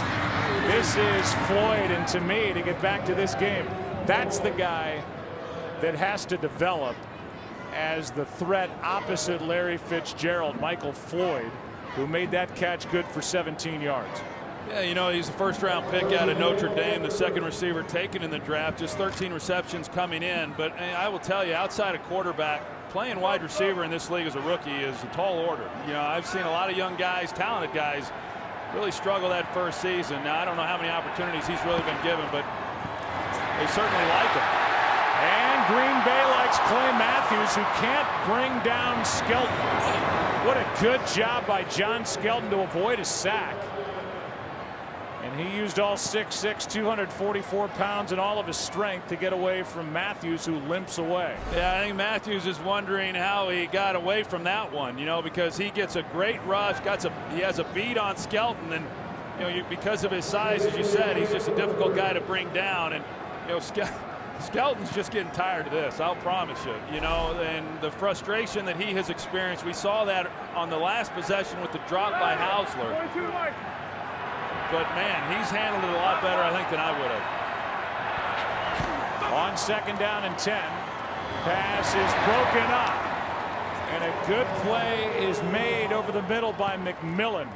The rookie safety on Hausler. Let's go to Patrick O'Neill for a game break. All right, Joe, thanks very much. Bills at the Texans. Houston quietly, the class of the AFC, Arian Foster quietly leads the NFL with rushing touchdown. That's his 10th. Still a ball game, though. Houston up on Buffalo 14-9. Joe, Troy, and Pam.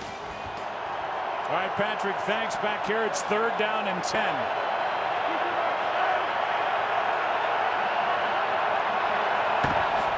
Still 10.5 to go, third quarter. Skelton fires, pass caught, and Hausler fights for a first down. After a drop on the last possession, this one a good catch and lunge for 11 yards. They bring a four-man rush, and so they decide to play coverage, and you see it looked initially like it was going to be a clean pocket. Walden comes off the block as Skelton steps up, and he takes another blow. And initially when this ball was completed, it didn't look like the necessary depth had been maintained to pick up the first down, but because of the missed tackle, he's able to get it across for the first down. They fake the handoff. Skelton over the middle has a man, and that is Andre Roberts. He gets hit hard going to the ground, and after a 40-yarder in the first half, this one good for 23, and Roberts has to go to the sideline. Yeah, and even overall, the Cardinals have not run the ball all that well. The play action still does its job in getting the linebackers up and getting the ball into Andre Roberts. I said a little bit earlier in this game, I like him. I mean, he's got really good quickness. I like the way he gets in and out of his breaks. He's going to be a really good player. Got hit by Morgan Burnett. Pressure off the edge, and I believe Desmond Moses may have gotten a hand on that throw by Skelton. Second down and 10. Yeah, he definitely got his hand on the ball as he brings it back to cut it loose.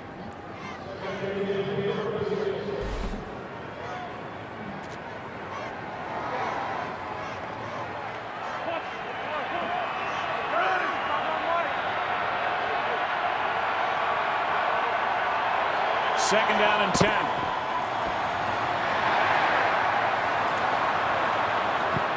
Fighting for extra yardage is Larod Stevens Howling. And after getting hit at the line of scrimmage, good for 5 yards. First guy there was Desmond Moses. Third down and 5 coming up. Nate Potter has taken over at left tackle. As we tell you, you can call ** NFL to download NFL Mobile now and get coverage of every NFL game. Potter is another rookie up front. He's taken over for DeAnthony Batiste. 7th round pick out of Boise State. And we're going to have a challenge here by Green Bay, saying that Larod Stevens Howling on that run was down. Challenging the ruling on the field that the runner was not down by contact. Let's take another look. There's Moses. And was his left knee down? Was the forearm down? Tough to see. A challenge from Green Bay. We'll get the call when we come back.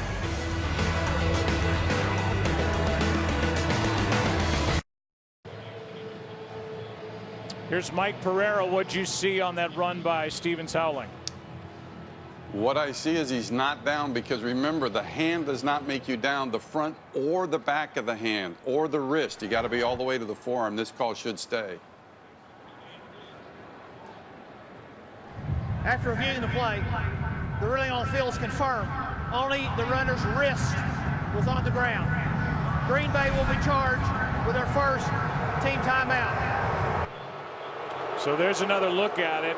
The question was the back of the left wrist by Larod Stevens Howling, but the forearm was not all the way down. So Pereira's 2 for 2 in our game, and Green Bay just went 0 for 1 on challenges. So no bonus for them eventually, and that cost him a timeout. And it brings up 3rd down and 5 instead of 3rd and 10 or 11.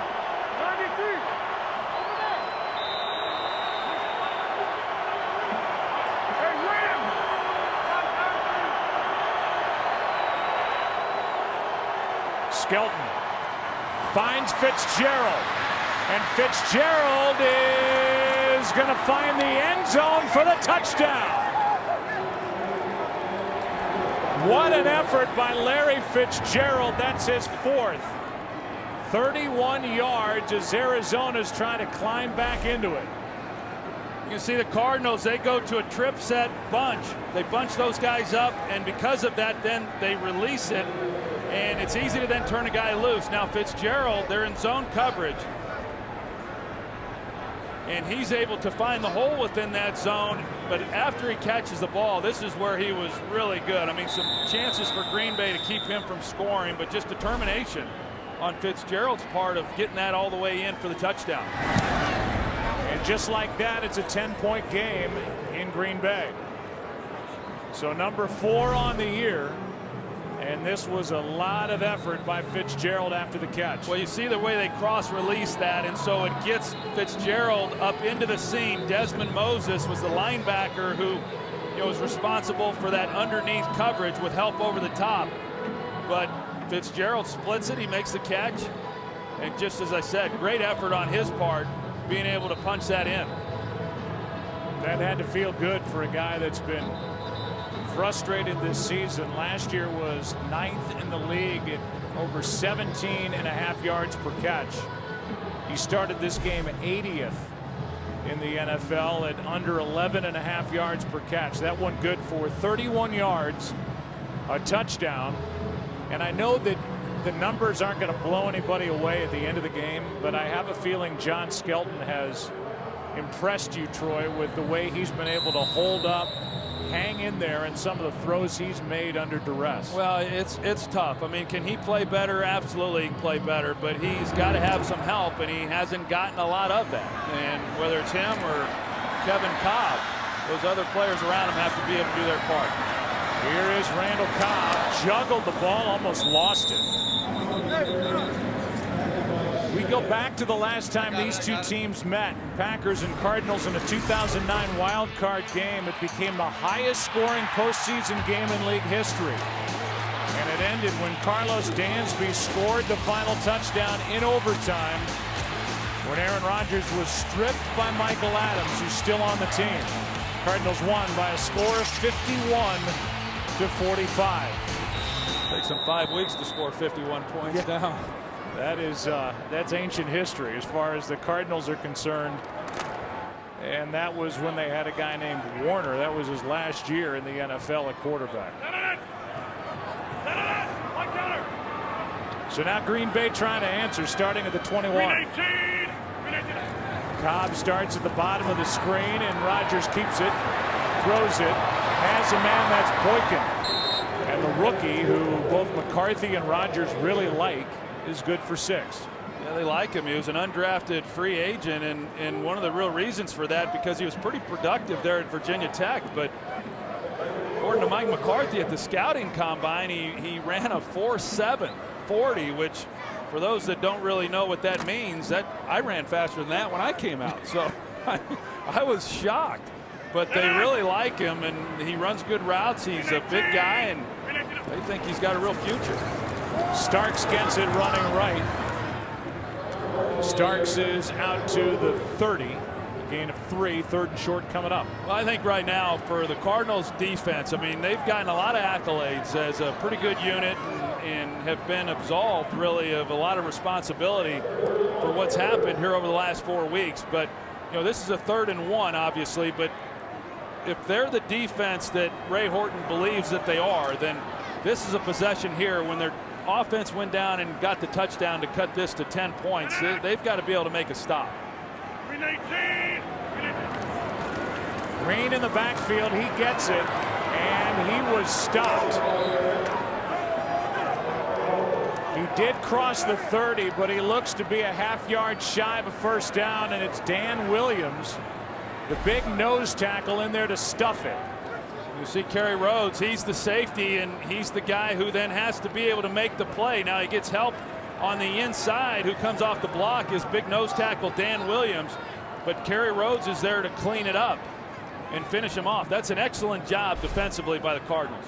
This will be the 3rd punt this quarter for Mastay after not punting it at all in the first half. Under 6.5 to go, and there's the stop you were talking about. And here is Patrick Peterson. Good punt by Mastay. Hung it high, fair catch. Hauled in, inches inside the 25. Cardinals have it, more shoving after the play, no flags yet. Arizona with a football, down by 10.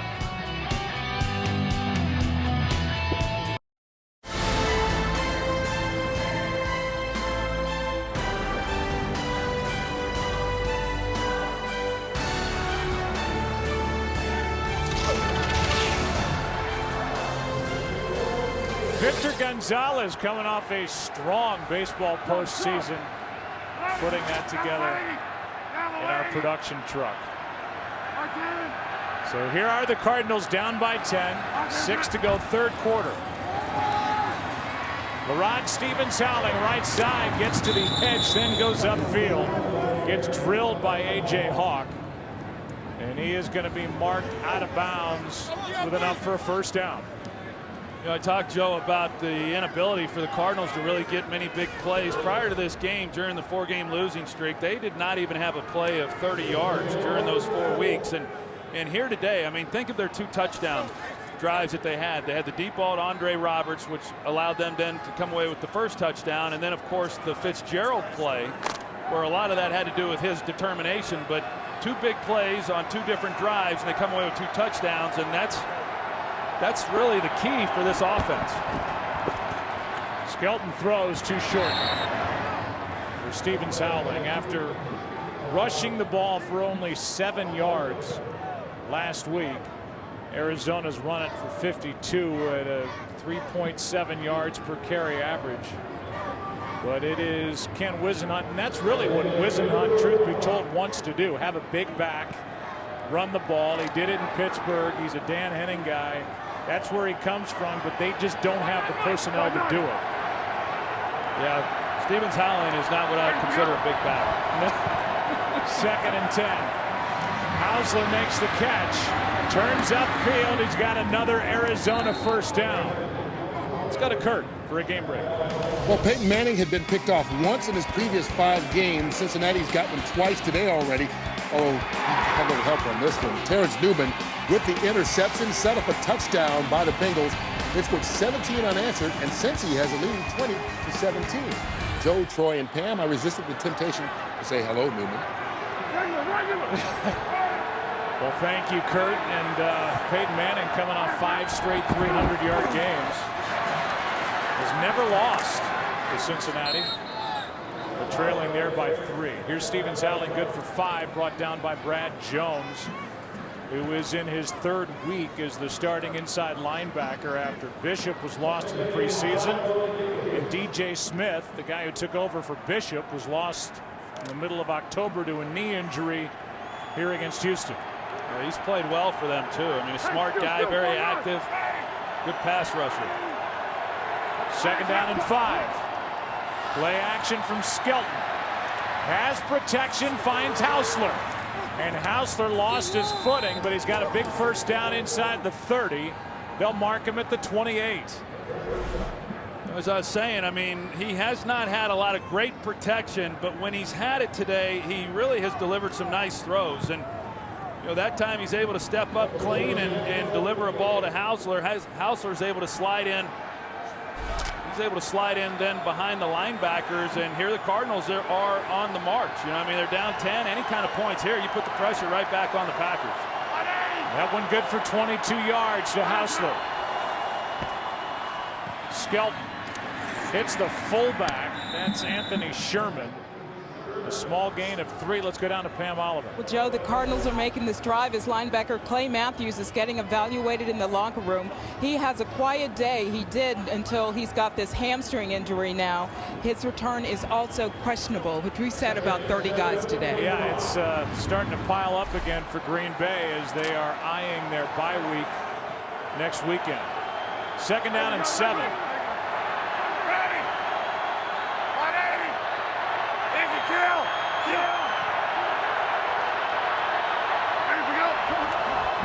Hausler in motion. Skelton keeps it. Has a wide open man. That's Roberts. And Andre Roberts will take it down to the 10-yard line. They'll mark him down at the 11. 14-yard completion, and the Cardinals are right back knocking on the door again. Yeah, you see Stevens howling and the job that he does coming inside and really finishing off A.J. Hawk last week against the 49ers. He got shown when he got beat by Navarro Bowman, but he sticks his head in there, makes a nice block. And you heard John Skelton check out of the play. He went kill because he saw one-on-one outside with pressure inside. An excellent job of executing and delivering the ball on the money. Play clock winding down. So Ken Whisenhunt will have to spend a timeout, and it'll be 1st down and 10 with a ball at the 11. And while we have focused on this game here between the Cardinals and the Packers, we look again around the NFC in particular, and a team that's really been disappointing after a good start, the Philadelphia Eagles. And hard to believe Andy Reid in his 14th year as head coach of the Eagles is under fire, and this is a club that's under 500. Yeah, it's not hard to believe when you consider how much they struggled last year when they went out and signed all those guys. A lot was expected, and you know that puts you in the hot seat when you don't do more than they were able to do last season. And you know, they finished up relatively strong. We thought that was going to carry over certainly into this year, but I think it's going to be tough on the Eagles. I mean, certainly a big game then on Monday night, but you know, a lot of crazy things happening around the league, and Philadelphia has just been kind of the picture of inconsistency now for the last year and a half. 1st down. Arizona out of the shotgun. Skelton, end zone, out of the reach of Floyd. And Michael, who has 1 touchdown and suffered through some early drops to his rookie season, trying to get more in the rhythm. That one out of his reach. Yeah, I think that's a ball that John Skelton would like to have back, because Jaron McMillan was in coverage, the rookie safety, and he was not looking for the ball. He could have put in that ball pretty much anywhere, and Michael Floyd would have likely been able to make a play on it. Now 2nd down and 10.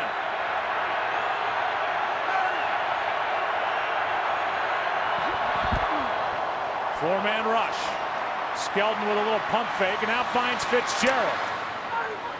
Fitzgerald ran right through Tremont Williams, leveled him with a shoulder, and we'll see where they mark it.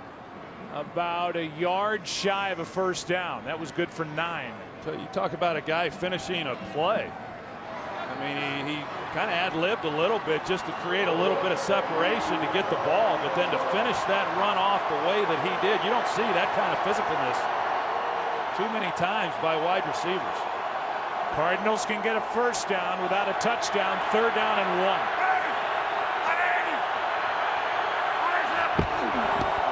Stevens howling. Right side, ran into a wall and didn't get it. Mike Daniels was there.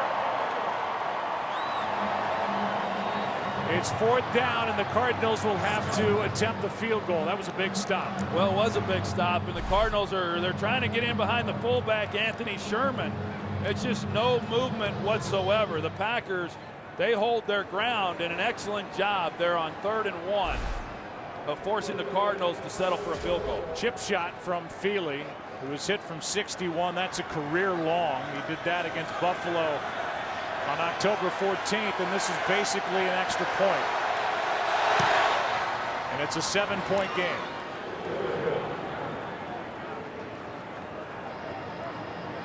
In the aftermath of natural disasters like Superstorm Sandy, the American Red Cross provides life-saving services such as meals, shelter, and mobilizing resources and workers nationwide. Visit redcross.org or text Red Cross to 90999 to give a $10 donation.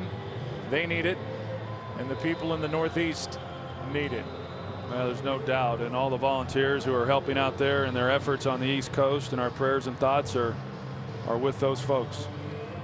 Those volunteers, a lot of the first responders, as Jay Glazer reported on Fox NFL Sunday, treated to an NFL game today. Interesting games coming up, you know, in the NFC, and we could get to the AFC, and we'll try to before the end of the day. But in the NFC East, you got the Giants against the Steelers later this afternoon. You mentioned Philadelphia, New Orleans on Monday, and then Dallas with a big one at Atlanta tonight. Romo, 13 interceptions. The Cowboys -11 in the turnover ratio. And Romo coming off that 4-pick game that you witnessed at home against the Giants. Well, if they're going to get it going, I think tonight's going to have to be the night for them. Here's Cobb. Little stutter step, and he's knocked down at the 22. We will be in Philadelphia next Sunday with the Eagles and the Cowboys.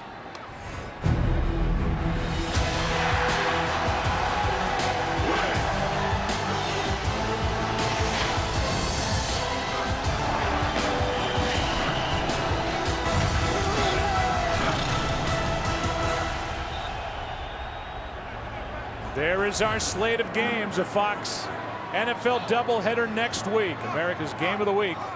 Cowboys and Eagles. After big games today and tomorrow for those two. Nice run by Green.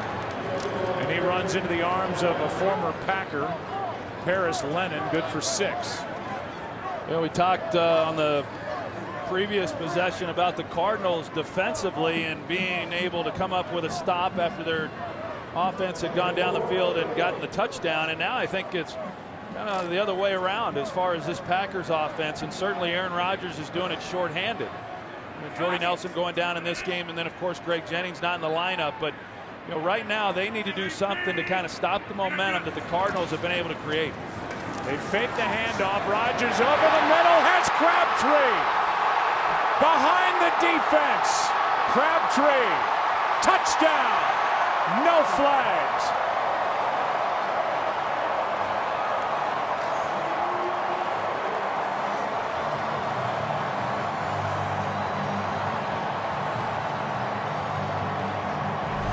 Crabtree starts in the backfield. He's going to run the seam route, and then you got Paris Lennon in the middle, who's responsible for running up the seam with him. And they go play action, and they get Lennon just looking in the backfield long enough that as Crabtree runs by him, he's not able to make up the ground. And a beautifully thrown ball.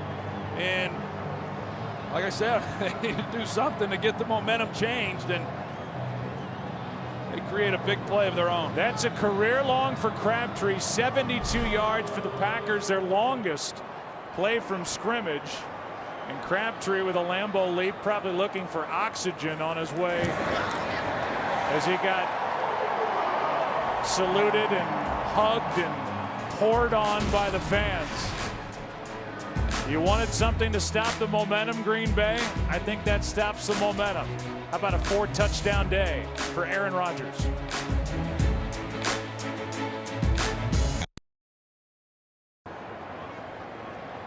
That 72-yarder to Crabtree, the end of the third quarter. Prior to that, their 5th possession of the quarter, they didn't have a first down, and that thing changed this game dramatically. He can go out and get another tattoo after that catch. He can. I don't know if there's any room. Let's draw it up there, Mr. Analyst. Well, you're going to see these routes here on the go routes is what frees up ultimately Crabtree going down the middle, because those outside routes, they tie up the safety, and then it's just one-on-one with Crabtree on Paris Lennon, as I said earlier. And you know, Crabtree, who came into this game with just 5 receptions, yet he was averaging over 20 yards per reception. So although he doesn't catch a lot of balls, when he does catch them, they're usually for pretty good gains. Of course, this is going to raise the old average yards per catch even higher. Well, when we talked to Aaron Rodgers, you know, he had a little meeting with Jermichael Finley during the week, and that's all well and good. They're still waiting for Finley to get back into form. But he likes DJ Williams, a second-year player out of Arkansas, 5th-round pick last year. LaRod Stevens-Howling loses 1.5 yards. And Brad Jones is there to make the stop. And so while everybody talks about Finley at the tight end position, keep an eye on DJ Williams, and the other guy he mentioned was Tom Crabtree, good for 72 on that last play. Yeah, it's also Tom Crabtree's birthday today, so that's a pretty good birthday present that Aaron Rodgers presented to him. 27 years old today. Second down and 11. Can the Cardinals come up with an answer? Skelton throws, has a man, and that is dropped by Fitzgerald as he tried to adjust to that underthrown ball. It's 3rd down and 11.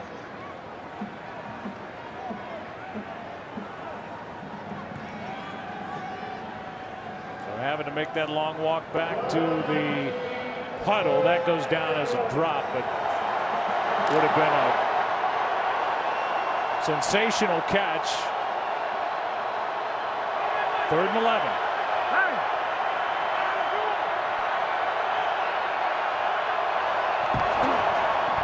Three-man rush. Hausler needs to make a couple more moves as he's brought down short of a first down. MD Jennings there to make the stop. 2 yards shy of a first down On comes the punt team for Arizona. Yeah, we've seen that quite a bit for the Cardinals in their attempt. They've been in some long down situations on third down, and a lot of those times they've had to throw it short of the markers and hope that they can pick them up. They've been able to do that a few times here in this game, but they come up short on that last play. Zastudil has had a couple of bad punts. This one takes a couple of bounces. Arizona bounces and is tapped down at the 31. 41-yard punt, nothing on the return. Aaron Rodgers back to the field, up by 14. Today's game on Fox is sponsored by Chevrolet. From kickoff to the last yard, Chevy runs deep. By Samsung Galaxy Note 2, the next big thing is here. And by Miller Lite. It's not just a good time, it's Miller time. Aaron Rodgers, the completion percentage is under 50%, but the rest of the numbers very good, including a 4-touchdown pass day. On first down, Starks pushes the pile forward. Good strong run. Go home, bitch. Good for 5. Darnell Dockett on the tackle. Aaron Rodgers, this is the 10th time the regular season he's had a 4-touchdown pass game. He has won the previous 9. He also has one in the postseason. I thought it was real interesting in visiting with him, Joe, about how confident he is about this team and how much he likes this team.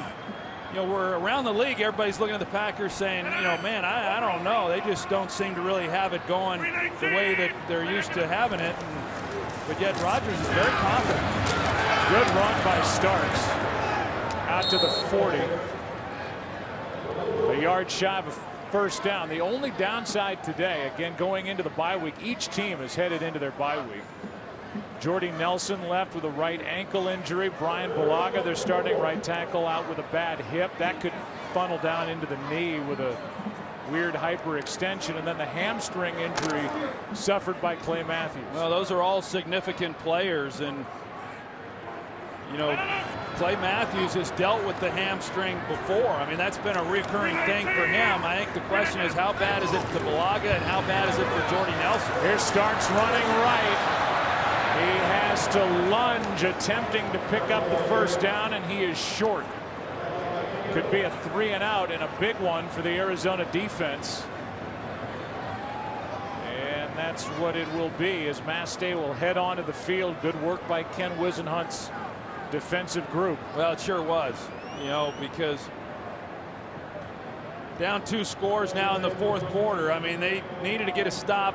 Not only not give up any more points, they just had to get a stop and get the ball back to their offense with a chance to still have time to try to get back in this thing and tie it up and have 2 possessions left in this game.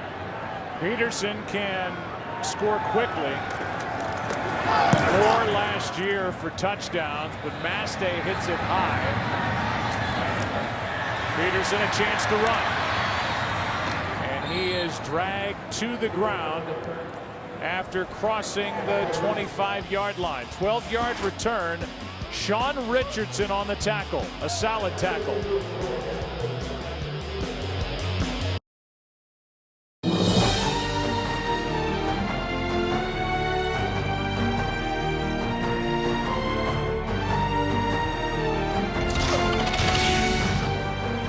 Arizona back to work offensively, down by 14 points. The secondary for Green Bay is young, and they've been playing better and better. They forced 1 pick. Skelton down the sideline, and there is one of those young guys, Devon House, who almost came away with his first pick. Well, he had a great opportunity. It was a ball that Skelton trying to fit in there, really didn't have a chance to, but House is right there to make a play on it, and a guy who they really anticipated was going to be the starter when this season began, but he had some injuries that kept him out of the lineup, and now since he's just kind of gotten back into things, he has not taken over the starting job, even though Sam Shields is out himself. Out with a bad knee. Pass caught. That's Floyd. Floyd was the intended receiver on that previous pass. It was broken up. Good for 8. 3rd and 2 coming up. Plenty of time left. There's Michael Floyd. Had to be happy with that win yesterday by the Irish over Pitt. 3rd down and 2.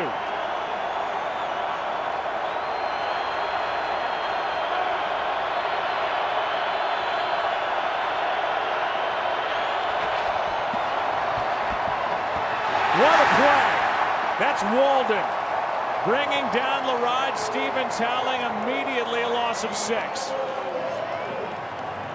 And Walden, who's got a pick in this game, now makes a good stop on 3rd down. That's really an excellent job by Walden of recognizing it. Massey tries to go low on him, which is what you want to do, and keep him out of the play, and you do it primarily so that he won't get his hands up if he's rushing up the field, but Walden fends him off and then's able to make a nice play in the open field.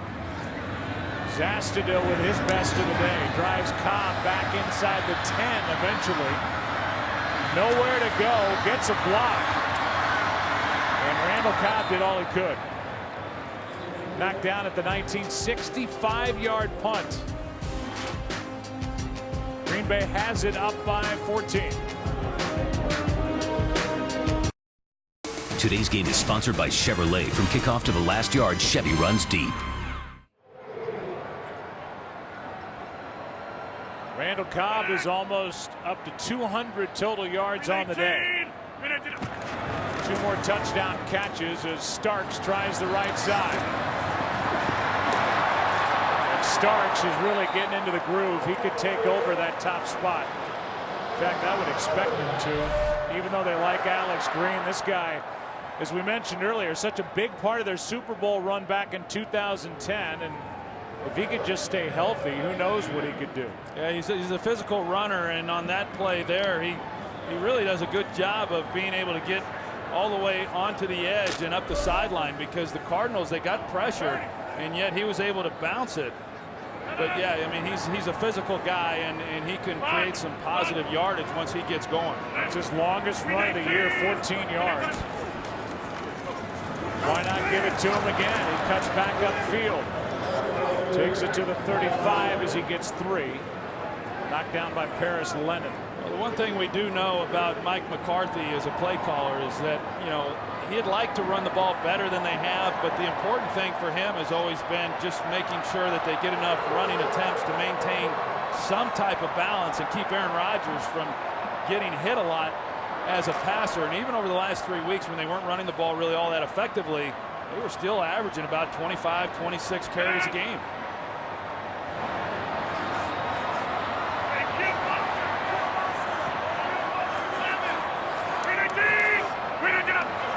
Starks at 4.8 yards per carry. This will cost him a yard. Paris Lennon again. Patrick O'Neal again. Here's a game break.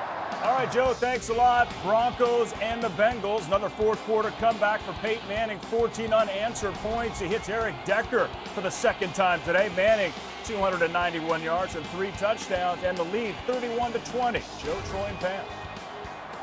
A record of 4-3 on their way to 5-3.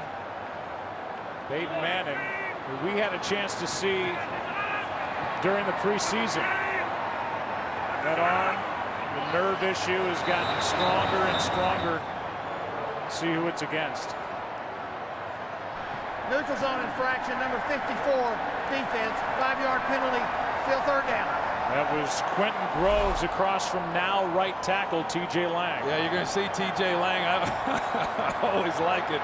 Those linemen, when they come out, they want to make sure that official knows who was responsible. Lang got a 5-year extension during camp, and he's the guy that took over at left guard for Darren College, who's in that spot for the last 2 seasons for the Cardinals. They like him a lot. Brings up 3rd and 3. Pass is juggled and caught somehow by Randall Cobb. They're going to mark him down right at the marker. It looks to be enough. But we'll get a measurement. What a catch. This is unbelievable. And the ball's behind him, and you know, when it got tipped there, you see Kerry Rhodes thought he may have an opportunity on an interception, and Cobb's able to then get both hands on it and make the catch in what looks to be a first down. So even closer to a 200-yard day for Randall Cobb. How good is our line? Good enough. First down. It was pretty obvious in visiting with Aaron Rodgers, I mean, just how much he likes Randall Cobb. And as I said, I mean, they've used him in the backfield. They put him in the slot. He's had to play a little more outside because of the injuries. And then, of course, as a return man, and he has helped pick up the slack in the slot position, because that's an area where Greg Jennings played so much in their 3 wide receiver sets. And it'll be interesting to see then how they use Randall Cobb in that role, because he has been so effective, you know, if and when Greg Jennings comes back. Rodgers keeps it, rolls right, and incomplete. Guess who? Randall Cobb again. Adams defending. This week on Fox College Saturday, it's a doubleheader beginning with 11th ranked Oregon State battling 14th ranked Stanford.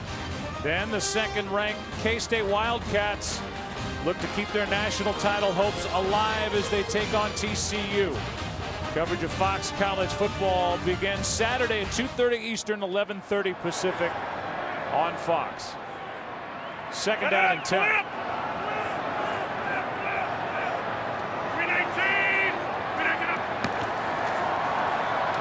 Here's Starks. Not much. 3rd and long coming up. In fact, Aaron Rodgers, to go back to what you said before we talked about Fox College football, he said when Greg Jennings comes back, you could see a lot of 4 wide receiver sets with both Jennings and Cobb on the inside, James Jones and Jordy Nelson on the outside, and they could be really tough to stop. Well, there's no doubt. And, you know, now you go back and wonder, you know, I'm interested in hearing, you know, when this game's over next week, you know, the severity of the injury to Jordy Nelson. I mean, that could be a huge blow. Right now for the Cardinals, if they're going to climb back into this, have any chance, they got to make a stop here defensively. Cobb starts this one in the backfield. They toss it to him, and Randall Cobb won't get it. Brought down by Dockett. Groves was there as well. A gain of 6. It's 4th down. The punt team comes on for Green Bay. Pretty good idea, though, there by Mike McCarthy in terms of not throwing it and having an incompletion and not taking more time off this clock. With it being a 14-point lead, you know, give themselves a chance to pick it up with the toss back to Cobb. And if they don't make it, which they didn't, they at least give this ball back to Arizona under 5 minutes to play. Big weapon, Patrick Peterson, has been held in check. Actually, his long for the year is 26 yards. Teams know just how dangerous he is after 4 punt returns for touchdowns as a rookie. Manistee gets rid of it. Peterson has a little room, taking it in at the 10. Cuts upfield, but can't make the 20. Brett Good, who is the long snapper, was there to make the stop. Cardinals have it, down 14.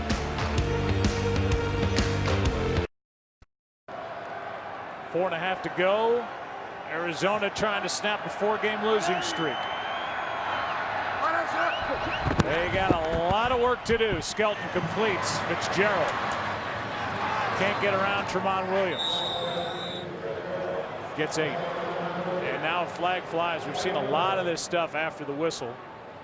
And a late flag with these two teams shoving.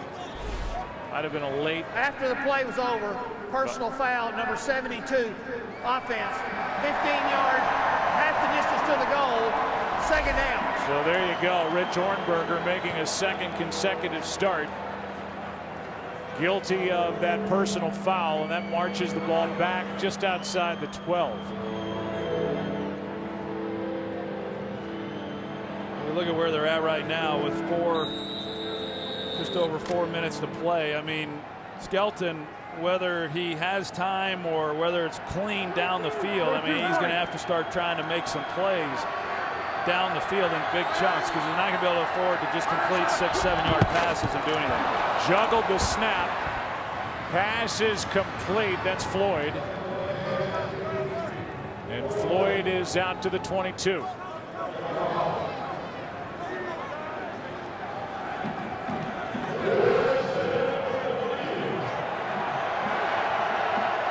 Third down and 6.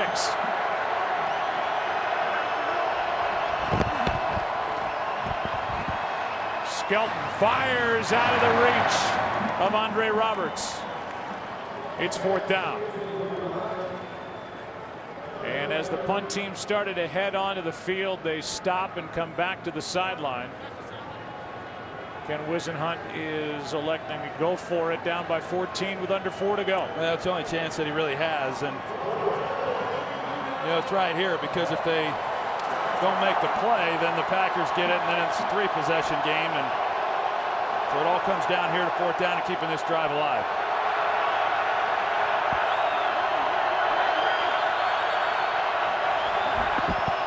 Extra men on a blitz. Skelton, sideline pass is caught for a huge first down by Michael Floyd. Real good coverage, but a good throw and a great catch. Yeah, it was a really nice throw. I mean, it's good coverage on the outside, but the ball was placed perfectly high. You know, Floyd's 6'2", and House isn't able to turn around and even try to locate the ball. And that's just a great job of getting the ball down the field. Of course, you're thinking first down, but they not only get the first down, but they get a big chunk of yardage as well. About 37 yards on fourth down and 6. Here is Andre Roberts. He's got another first down. He gets a hit late as Roberts is going to be marked down as that ball went firing out of bounds with a 9-yard play. Well, he made a mistake. Right here, he's got to go out of bounds. You know, and he keeps it in play. He wasn't going to get any more yardage out of that. Ball got knocked out, but he had a chance to get as much as he could, get out of bounds, and stop the clock. The ball ends up stopping anyway because the ball was knocked out on the fumble. He lost the first down because of it. Pass is broken up. So now third down and 1. It was Burnett in coverage on Larry Fitzgerald. And it's third down and really less than a yard, about half a yard. So a 300-yard day for John Skelton, but not enough to this point.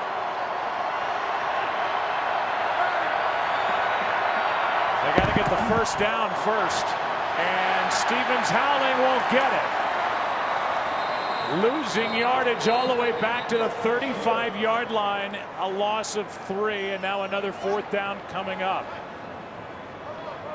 The two guards just get absolutely blown up. Rich Ornberger and then Darren College. I mean, right back into the lap of Stevens-Howling, who just had no opportunity whatsoever. I mean, that goes to all those that think that because you've got a yard, you run the ball and you pick it up automatically. It's not always that easy. So another fourth down. It's 4th and 4.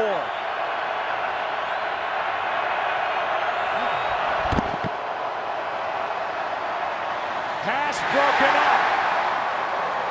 Casey Hayward made the play in front of Andre Roberts, and that will turn it over to Green Bay on their way to their 6th win of the year.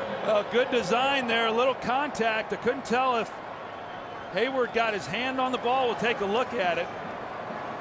Like it, couldn't tell if he got a hand on it or not, but tight coverage, obviously, in trying to fit that into Andre Roberts. Here's the third down play to Stevens-Howling.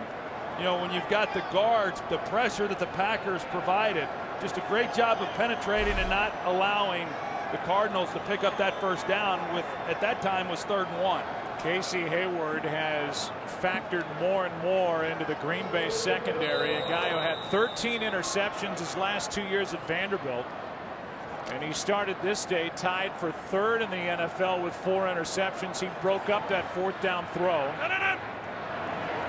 And now with just 2 timeouts remaining for Arizona, They watch a handoff to Starks, who gets dragged down with a horse collar by Quentin Groves.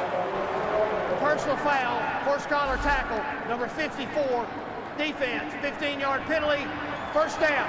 Inside the shoulder pads, and that is classic horse collar tackle. That's 15 yards and a first down with 2:14 left. And Starks, who's been battling injuries, is happy that he gets up without a limp after that.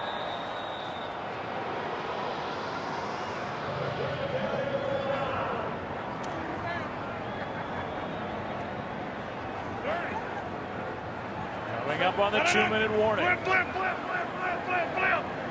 We need 18. We need 18. Here Starks left side.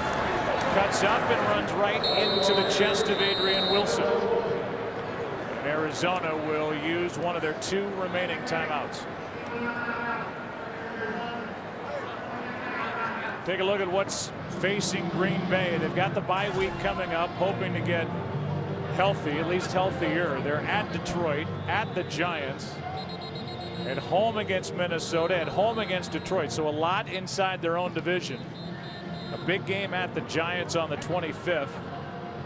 And just to finish that, after that second Detroit game, they finish at Chicago, which will be, you have to think, huge.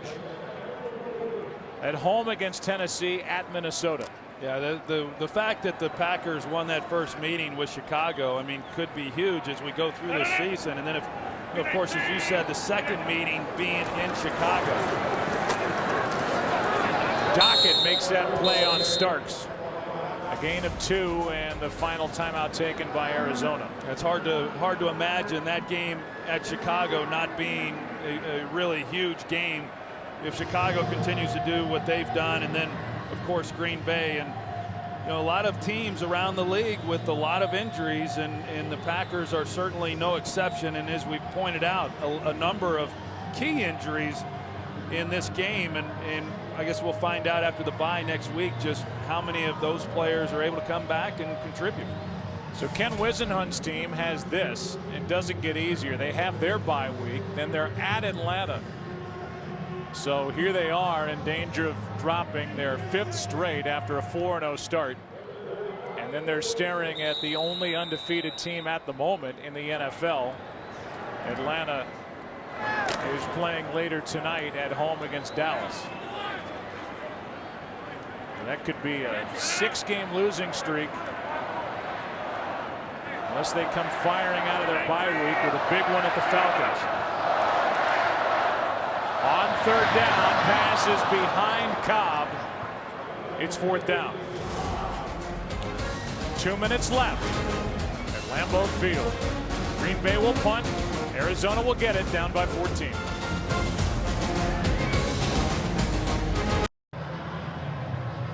Pepsi postgame show is coming up at the conclusion of this one. Randall Cobb, 12 touches, 202 yards as his breakout season continues here in his 2nd year in the NFL. Number 18 for the Packers. And they've needed every bit of it. Peterson Muscle. This one is picked up by Jared Bush. You can't advance a muff punt, so they're going to mark Bush down at the 2. It belongs to Green Bay. Bush came away with it, and the ball will be at the 2 as Patrick Peterson tried to make something happen and didn't make the catch. Well, you see, he's trying to locate where Bush was to see if he was going to be able to get a return, and so, you know, he took his eyes off the ball a couple different times. Now it appeared that he was able to relocate it. The ball just simply goes right through his arms. And now the Packers, they can just take a knee and run this thing out. All right, so what did we learn here today? The Green Bay Packers, who came in over their last 5 games averaging 30 points per game. They're right there at that mark again after the first 3 games, just 19 points per game. And even though Aaron Rodgers doesn't have all his weapons, I mean, his 2 big guys on the outside aren't there, and Jordy Nelson and Greg Jennings. they are still really tough to slow down. Yeah, no, I think they're really tough still, but I didn't get the impression today that you know, they're still hitting on all cylinders even without those guys. Yeah. So I mean, there's still room for improvement. But this is a nice win for them going into their bye week. It's a muff punt. Ball belongs to Green Bay, up by 14.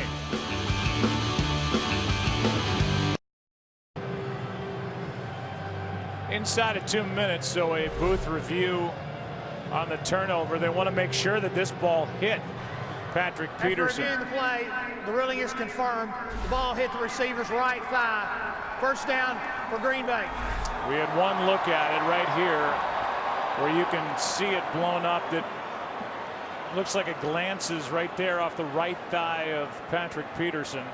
Again, you can't advance a muffed punt. Had he caught it, run with it, fumbled it, that's a different situation. So instead of a touchdown for Jared Bush, it's just a recovery at the 2. And the Packers are happy to win this game by 14. The crowd isn't. They want another score.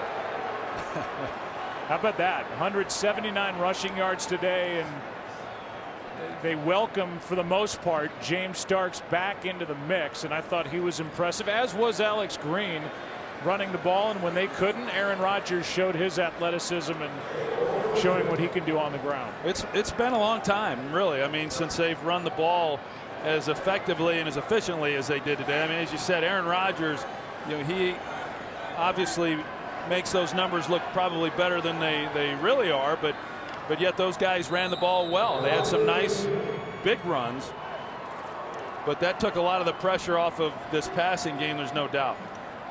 Mike McCarthy's attention will turn from this game to the bye week, and then to the health of those guys he lost today, and Clay Matthews, Jordy Nelson, who was iffy at best coming in. He made the start because of the bad hamstring. Those were the questions. He leaves with a right ankle injury, and then they're starting right tackle Brian Bulaga left with a hip injury. Well, as Mike McCarthy likes to say, I mean, he preaches to these players that it's the next man up. I mean, eventually you run out of men, you know, but he does a great job of not allowing the injuries to be an excuse for performance. This is such a strong organization, from Mark Murphy, the club president, to Ted Thompson, the GM. They find a lot of street free agents that really add to what the Packers do. And then they've got that guy, their first-round pick in 2005 out of Cal, the man who took over for Brett Favre and the reigning MVP in the NFL. He was good again today. That is the end of the 72-yarder to Tom Crabtree. A 4-touchdown pass day. Hugs all around, leaps, you name it. Back after this.